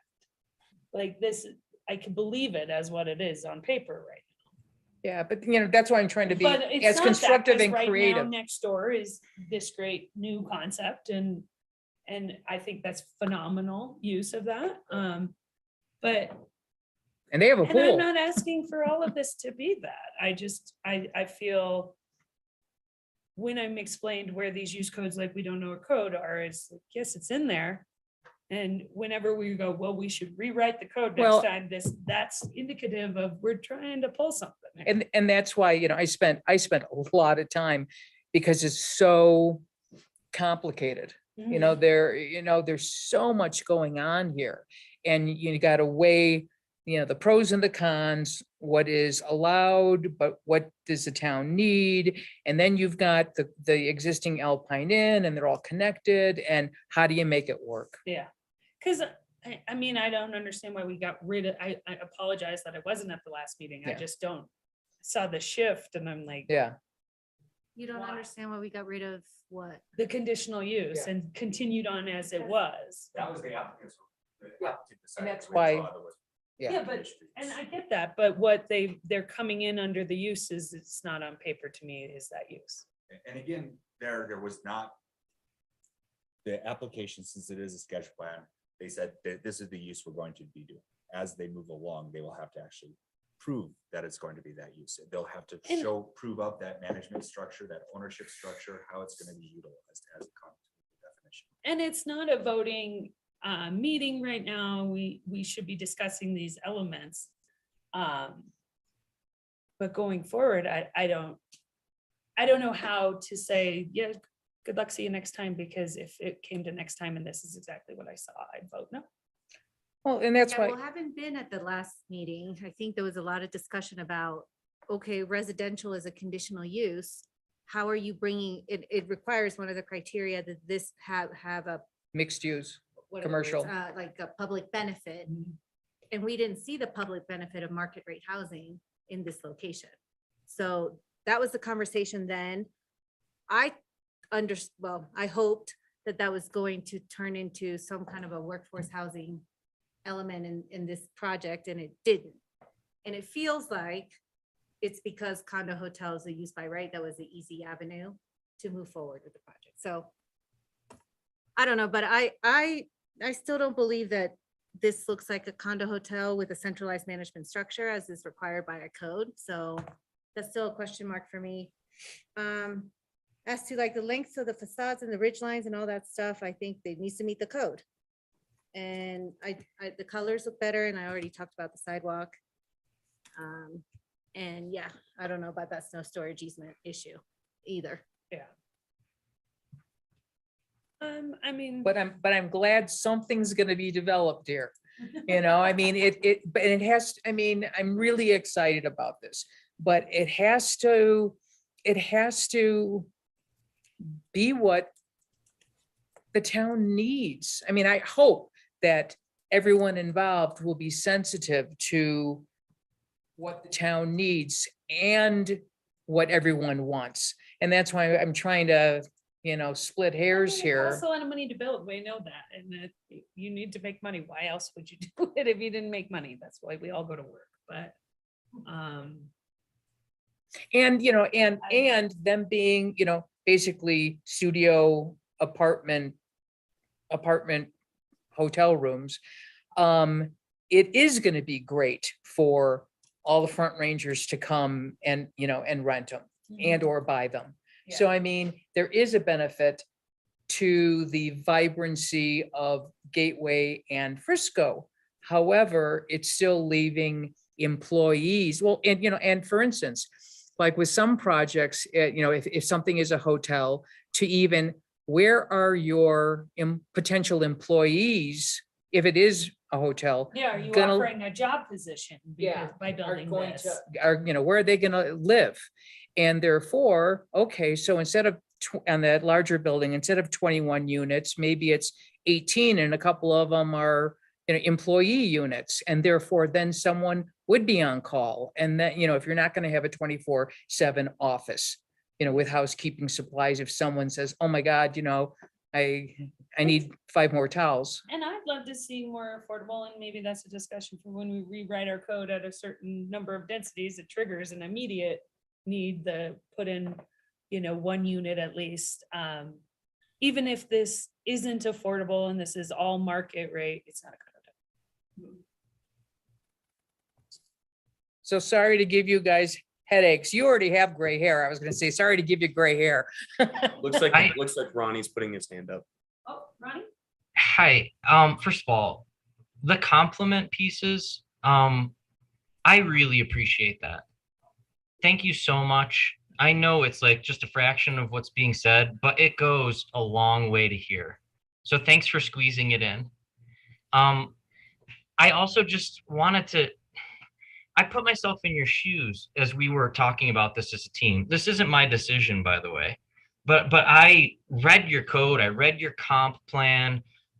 There's a lot of stuff in your municipal code that I could chat with you about as what it's like on this side of the table. And you guys are super perceptive. And I'm glad you're pushing all these points. So what I wanted to say is, you know, in short, when you look at this zone district, what it says is short-term lodging in the form of boarding, rooming, lodging facility, condominium hotel, which we're all saying, what the heck is it? A hostel, a hotel or a motel is what this site should be. And we got a motel there. And I asked myself, why would somebody's like make the zone district have that by right in this location? And I put myself in your shoes. I'm like, well, we need affordable housing. Wouldn't it be great if it was long-term affordable housing? And how would it actually play out? People are renting short-term in our communities. Well, I'm just going to say, in principle, there's something in this code zone district that makes sense to me, which is if there is going to be short-term housing in your community, where's the right place to put it? And one great place to put it is where it has the least amount of conflict with other residential uses that typically come along with lower density and predominantly residential neighborhoods. So for me, that was a checkbox. I was like, okay, well, the duration of housing and the type of housing, the code says, yeah, build a hotel because you're not going to impact people in the community. It's not solving your problems, but what it's doing is not creating conflicts. And then the other part. No, continue. So yeah, and then the other part, which is like, well, what's the form of it? You know, like, one, how many people should live here? And I'm just going to say, as an environmentalist would say, put as many people as you can on this site, because this is the place to put it, because it has the access to local amenities, because it's proximal to anything that you want, including the highway. And you could, by the code, build a hotel that has a parking structure, forget any water issues or whatever, and just pack this site. And that's not what we're doing here. But I'm just saying the code says this is the place to do it. And I believe that also makes some sense. That's not what we're doing, but there's real thought to why this would be allowed there as a gateway zone district. We're kind of this hybrid. What we're doing is we're saying, oh, well, it's not going to be enormous. It's not going to be overwhelming. Yes, there might be a short-term housing thing. How does it fit in? It's like this. What I hear from the board is there is a need for affordable housing, period. This team has extensive experience in affordable housing in your community. We agree you need affordable housing. When I look at your code, the comp plan says, what do we need to do for affordable housing? We need to establish the right programs. And that's what your objectives are laid out in the comp plan. Those are in front of you. And here we're presented with the question with you guys, which is like, well, what happens when we open up this can of worms for conditional use? And what levers can our community pull in order to meet the comp plan objective? Well, there's a gap. And the gap is, how do we execute something that doesn't have a requirement when it's not in a conditional use criteria? Ronnie, I'm going to interrupt you real quick. I think this is actually commissioner discussion time. I think this is information you've already presented. So I think I'd suggest to the planning commission they get back to Yeah, commissioner and discussion. thank you, Can and I- I appreciate that, and we do recognize that you guys have done a number of projects in this community, but we're talking about this one project, this one parcel. Just Can I ask because the somebody question? did something in the past doesn't I reflect ask- now. Well, I'm just Um, trying to say we have some expertise in your community. And what my question was going to be is, Always not the time, but thank you. okay, I think though that you brought up points that when you do developing copper and Keystone, you see these condo hotels, the structure is way different than what you're doing plopping in the middle of a commercial district with parking issues and traffic issues as well. So this is not clean cut. We're providing what the gateway needs. Well, and that's why I think in my mind, the other building that was done next to Pinnacle works with the Gateway, with Base Camp. This is a little odd. And so it seems a little out of place, even though the code permits it. It seems out of place, the way that it's being proposed now. I was sort of excited at the first sketch plan, and I wasn't I couldn't make the meeting. So I was surprised too. But I think that was a little bit more on, in the right direction. And to make all of Base Camp really work together. So, I think that, they have heard us. It's where's Patrick and Andy when we need them? That I wish that, we could have had one of them, from an architectural, Yeah. perspective on some of the details. And, but I think that, it's a work in progress. So with all the information now to decipher, it's unfortunately planning's going to have to digest this and see what you think is meets code and still what doesn't. And even, Yeah, and Sketch Family is here to provide you with guidance on how to move forward. I think you know how we feel about the use, how we feel about the aesthetics. We do appreciate all of the comments taken into consideration. Can I ask Don a question? Uh-huh. Done. So since, remember when at the last meeting and I asked you about, I had heard that there's a planning committee and it's to talk with, developers on odd, on not clear cut projects. Was this just brought up? It has not been. I just was wondering if that might, taking in all the information, all the work that they've done, all of our comments, either to have a work session with council or with the planning committee, just, it may help shed light and give us direction, give everyone direction. Yeah.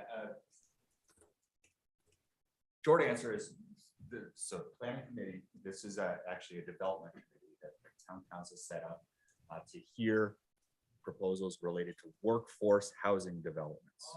I didn't know. I thought it was, For oh, workforce okay. housing I thought it was developments. anything. Workforce housing. Sorry. So if it's not workforce housing, then it just goes through the regular planning process. So, this is the second sketch plan on you. I don't know if we require them to do a third one. Now, If you want to change your concept, fine, but I think at this point, you've heard our thoughts.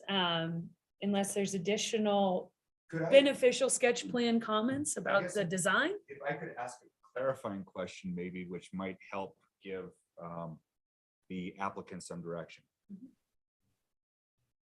In its current layout as units with individual doors facing, is that part of the challenge of considering it a condominium hotel, is that it's almost more of a condominium motel, that they all have exterior doors and exterior corridors. There is no lobby. Does not feel like a centralized hotel building. Is that part of the challenge in considering it a condominium hotel? I think this not having that public interface option makes it not a hotel. I've never checked into a hotel like I've checked into a VRBO. It should almost be, it's all condos and then individual people can rent them out if they want. Yeah. And that's what I'm seeing is being presented. And then I'm saying, well, then you just have to go through the conditional use. I'm not saying, no way, there's never going to be residential in there. I'm just saying the process does not present itself to say this is a condotel. Yeah, I guess I look at that and I see townhomes. I don't see a hotel, and that little office space, it feels like, okay, you're just doing it to meet, because you need to provide an office, but that office is not actually gonna be used for anything useful. I'm not sure how it's gonna be used, so. Yeah, I would see the building is gonna be individually, privately owned. Each unit will sell out as a condo.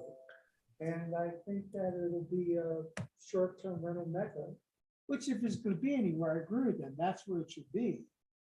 But I can't see anyone desiring to live in that kind of building long-term.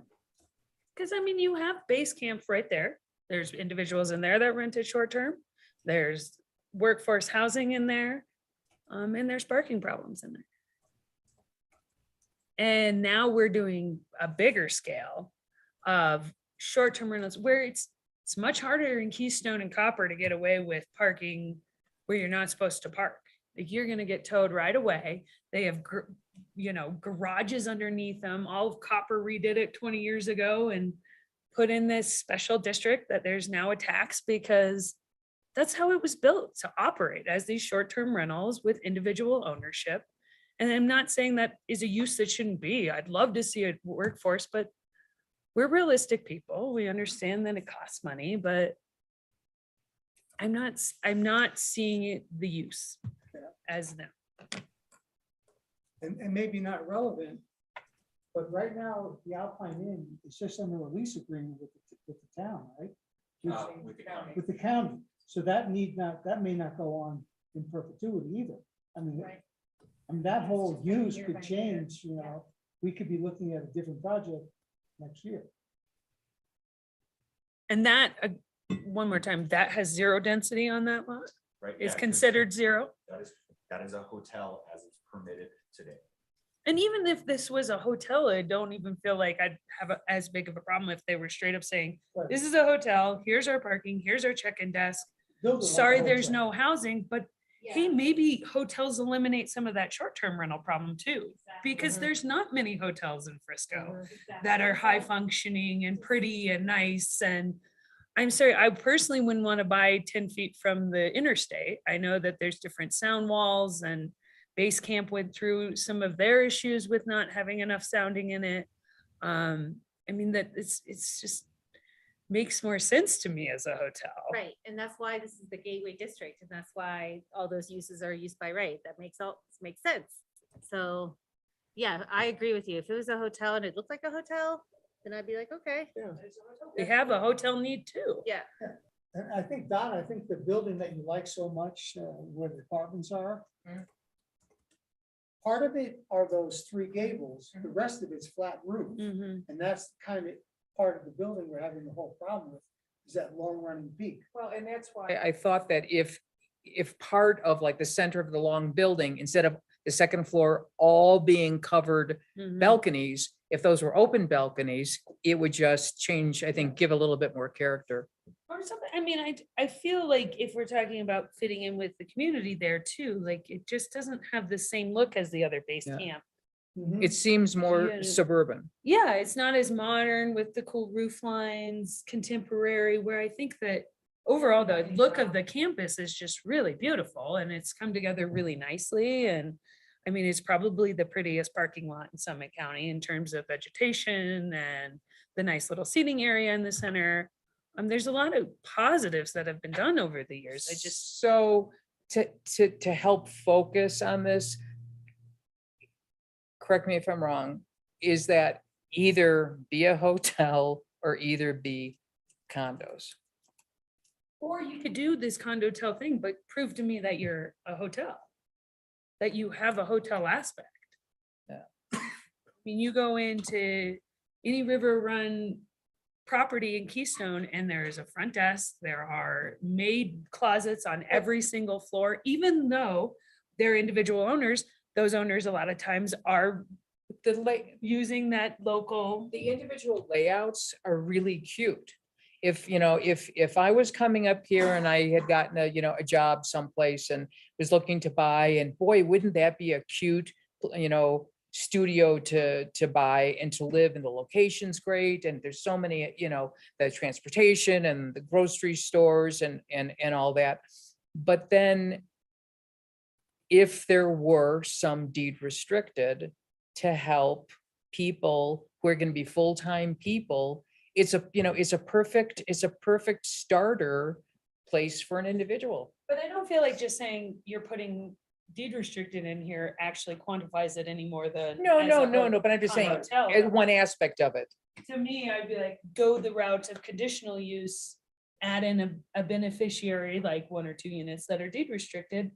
And then you're, I mean, that would be great, but then there's a community benefit and you'd get your conditional use if there was a benefit. To me, it's Yeah. not a condo tax. Well, I Good think l- we've beat to death. Good luck, I'm not sure we everybody. provided you with the feedback you were looking for today, but I think we need to be convinced a little bit more on this direction. and this may be a 2 steps forward and 1 back, but to me, this is like, I'm seeing this property for the first time because it's totally different than the other one. So, they had comments on the first one, now there's comments on this one, and sorry. All right, well, that will close this agenda item. I'm sure we will see you soon and have some discussions with Don tomorrow. I wish that we were very appreciative of all the changes made and we know that you've been doing a lot in this community for a long time and we're confident you'll find your way. Thank you. I'm not sure what the determination is. Don, could you weigh in? There's no determinations at sketch plan. We So- aren't requiring you to come back. No, You just if they- go on with your application. Yep, you just move on with your application. Thank you, everybody, and sorry for speaking at length out of turn. I really appreciate your help on this and the direction. Ronnie, Thanks for all your hard work. any updates for us? No updates, unless you want to have specific questions. Puts rest, as before, they have submitted a building permit, we're reviewing the building permit, they still are intending on breaking ground, the last I've heard, in first week of April. April, yeah, in April. First week of April, right? But it is looking at, this is the first big step that they're talking about 2 months being in the hole, excavating, dewatering. There's gonna be a ton of dewatering that has to happen. And that plan, so we're reviewing that plan actually right now with Public Works. Oh, yeah. So is the paid parking at the marina going to go back into the infrastructure? of the marina? What do you mean, as far as the revenues? from that? Yeah, I have no idea. that's what I suggested, that they do that. and do- Written, it was really, there was an article in the paper.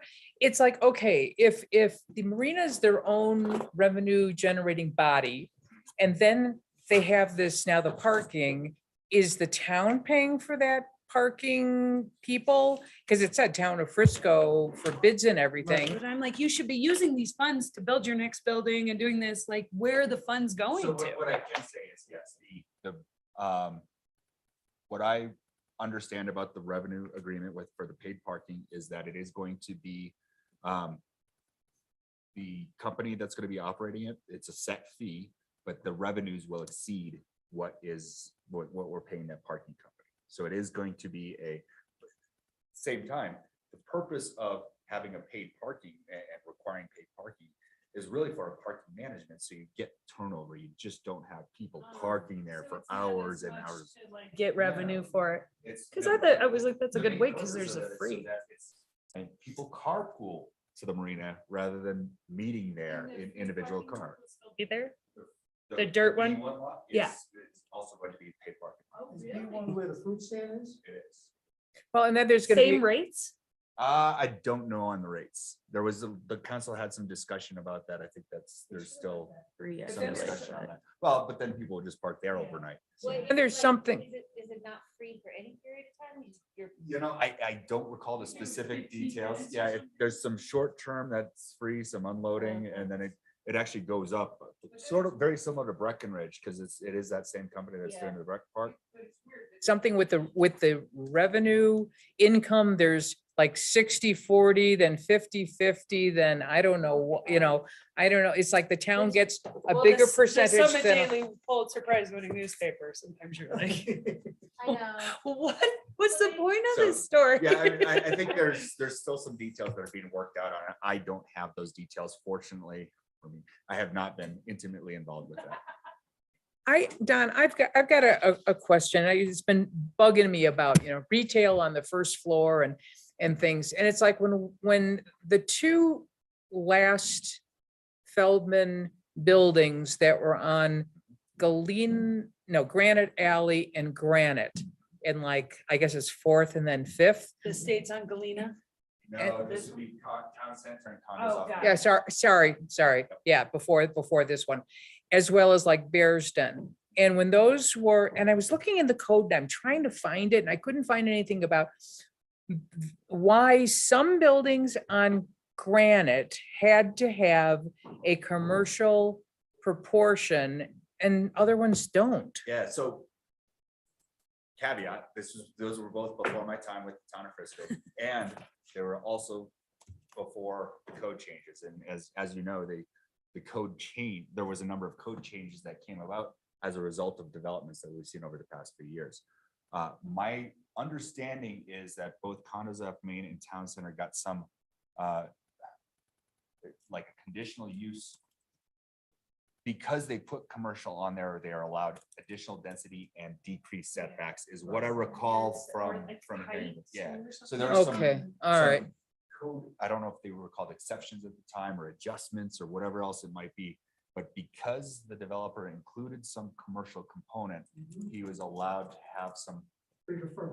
Yeah, other things. Because Mount Victoria and his 2 projects are the only 3 that have commercial elements on I Granite. don't know what Victoria is. It's the one on First here where Bighorn Reynolds is. It's the wood kind of Behind the, Cedar Lodge is here, the studios on Granite and First, This ginormous building right here, right next to, behind the historic park.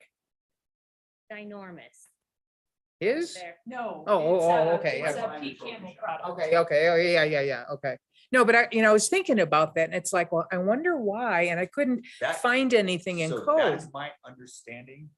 But again, it was before I was here, and the code has changed since then. You So know those 3 really tall houses right behind Frisco Lodge?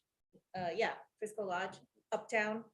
There's this, Yeah. right next to that little park, there's 3 Yeah. ginormous houses. I remember when those got approved, that they needed, it was a conditional use permit to be only residential, and it was really controversial, because back then, like Granite wanted to be commercial too. But there was nothing getting developed with commercial development. All they wanted to be was residential, so. And then they changed the code because they didn't want to require the commercial component. But that's why, I don't know when Bears Den was done, but originally that had like commercial, It still does. a little Like bit. hot yoga. Yeah. Everybody knows hot yoga. It's like right next to hot yoga. Oh, okay. Do you go there? No. Mm-mm. But even, I remember, I guess, and it's 10-mile drive in the, like by Natural Grocers, and that was all commercial. Drake's Landing. Is that the, Yeah, that's Drake's is that Landing. considered Drake's Landing? And it was, and they've converted a couple. So Yeah, Wingo converted yeah. his own unit And it's into a like- residential. And so Yeah. that's what happens. Or you do snow melt systems and no snow or snow storage, and then they abandon their system Yeah. and then they don't have Yeah. anything. I mean, No, but it's just, there's just so many inconsistencies as things change. So like, for instance, even though in the current code, there's kind of a loophole for this language of what we were taught, the condo hotel. Couldn't Thad do a resolution about, An emergency ordinance to Yeah. ban it? I mean, sure, council could do something like but I that, just but I feel don't like there think has that's. to be some way that you're great proving that you're actually this, because absolutely. they aren't that. They, I don't think well, it's supposed to be tough. Yeah, sorry. As part of any conditional, I mean, we are at sketch plan phase. As it moves forward, they would have to show that it's meeting that definition for that use, regardless of what the use is, what the application is. That is, I mean, you look at something on a piece of paper, well, that looks like a house, but then it's operated as something else because the use changes. If it walks like a duck and talks like a duck, it's probably a duck. it's so Let's 60s. quote him. It's definitely 60s. Mr. Feldman. You know, Okay. If it looks like a room, or if it looks like a bedroom, acts like a bedroom, it's a bedroom. Yes. Well, thank you, Sounded because like I good. said, I was just sort of, it's been bugging me as things have been coming up and everything. So you know what's bugging me? I mentioned the solar panels in my. Everything's ready, solar ready, It's solar ready. all ready. I think that I these think the code plans. should change to say you have to have, I mean, that's what we're gonna have to do, like, Or within like 2 years. Yeah, but what I'm saying is those color beautiful renderings are available to the public. and that's what they think, perceive is gonna And pass. that's what they perceive. And therefore, I think if you make a nice color drawing, if you draw it, you will build it. Well, if you've looked at a couple of our plans that come to fruition, they looked a lot better. I wonder what we're, but also it's like with the EVs, it's like, if it's townhomes, only 2 get them, like you're not gonna knock on your neighbor's door and be like, hey, you've got the EV station, can I plug in? I mean, like this, I think we're gonna have a reckoning with the grid just moving to green Well, energy. yeah, like- and a good example is our neighbors went home to St. Louis and they took her Volvo electric. 7 stops, because between here and St. Louis, and it's like, well, it's 225 miles. And so they have to wait like 3 hours, And it's 6 crazy because I think we have to hours. be careful how we change our zoning codes to say people aren't gonna drive cars, because they're not, and then we're gonna have a parking problem. But it's like, they're just switching the way they're driving their cars, so, I mean, it's, I will say with parking and that town council, we had a discussion with town council on parking standards because that does come up a lot. Parking standards, especially related to workforce housing. During my presentation, I brought out the discussion of, there are places that have gone to reduce cars and reduce parking spaces. But the one thing that they have adequate transit. No, they have adequate transit to make sure that you can get to the grocery store in Yeah. a reasonable. Yeah, amount of yeah, so if you live in New York City, you don't get guaranteed parking, nothing, but you can get anywhere. In Denver, by the light rail stations, you can actually have a functioning reduced parking requirement because you have transit right there. But it's Walkability. an actual transit oriented development that has transit. When somebody says, I'm gonna do a transit oriented development in Frisco, you're not, because there is no transit in Frisco. So Hours, and it's 9 months of winter, and then everybody has cars, and then now we have a parking problem, like. Yeah, like I don't think the Summit Stage, especially now that it runs once an hour and So we have no rescheduled workers. and stuff, it's like, it snows one snowflake and then they're like, don't know where the bus is, like Yeah. that doesn't count. So we are looking, we've seen it with Uber. Uber where's the Uber presence in Summit County, which is, and why is that? It's because of volume and whatever else. So there's just not enough critical mass for a lot of these micro things to work. That said, the council did ask us to look at some micro transit solutions such as VIA and some other things. So we're looking at it.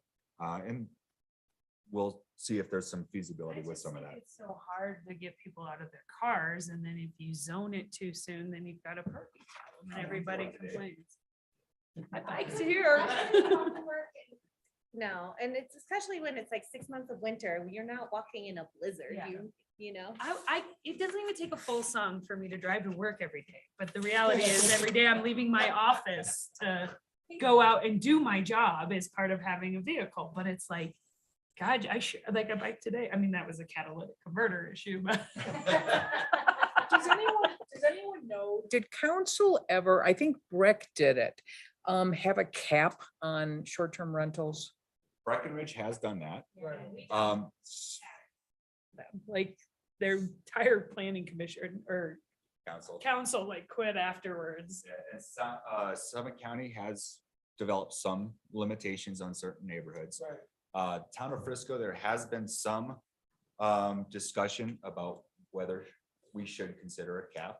Right now, there's nothing specifically on the agenda, but it is something that staff is supposed to be just. Further and said, this district can do it, they can do it, you can't do it. You can't, I mean, you could look at somebody that can do it and you're like, you gotta be careful with property rights. You're not getting them back. I'm like, capping is different, like once a space fills up, anybody is applicable. And that's why, if Frisco did have another hotel, like if this, where the school is here, Peak School, they had a lease on, that was the old newspaper building, I Yeah, it think. was old Summit okay? Daily, it was really cool. And so It if was- that's gonna, in the future, gonna be gone, and if those guys are gonna move down to the peninsula or something like that.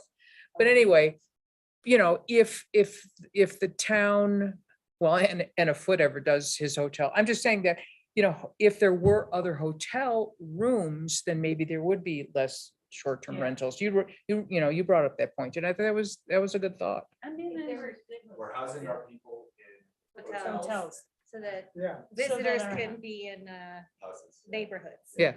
Do we have a That makes motion? sense. Motion to, second. Cheryl seconds. Let's get 'em out of here. I've always Wake said, up, "Don't be a Cheryl." kid in classes, if we're gonna get up early, let's do-" So, is there any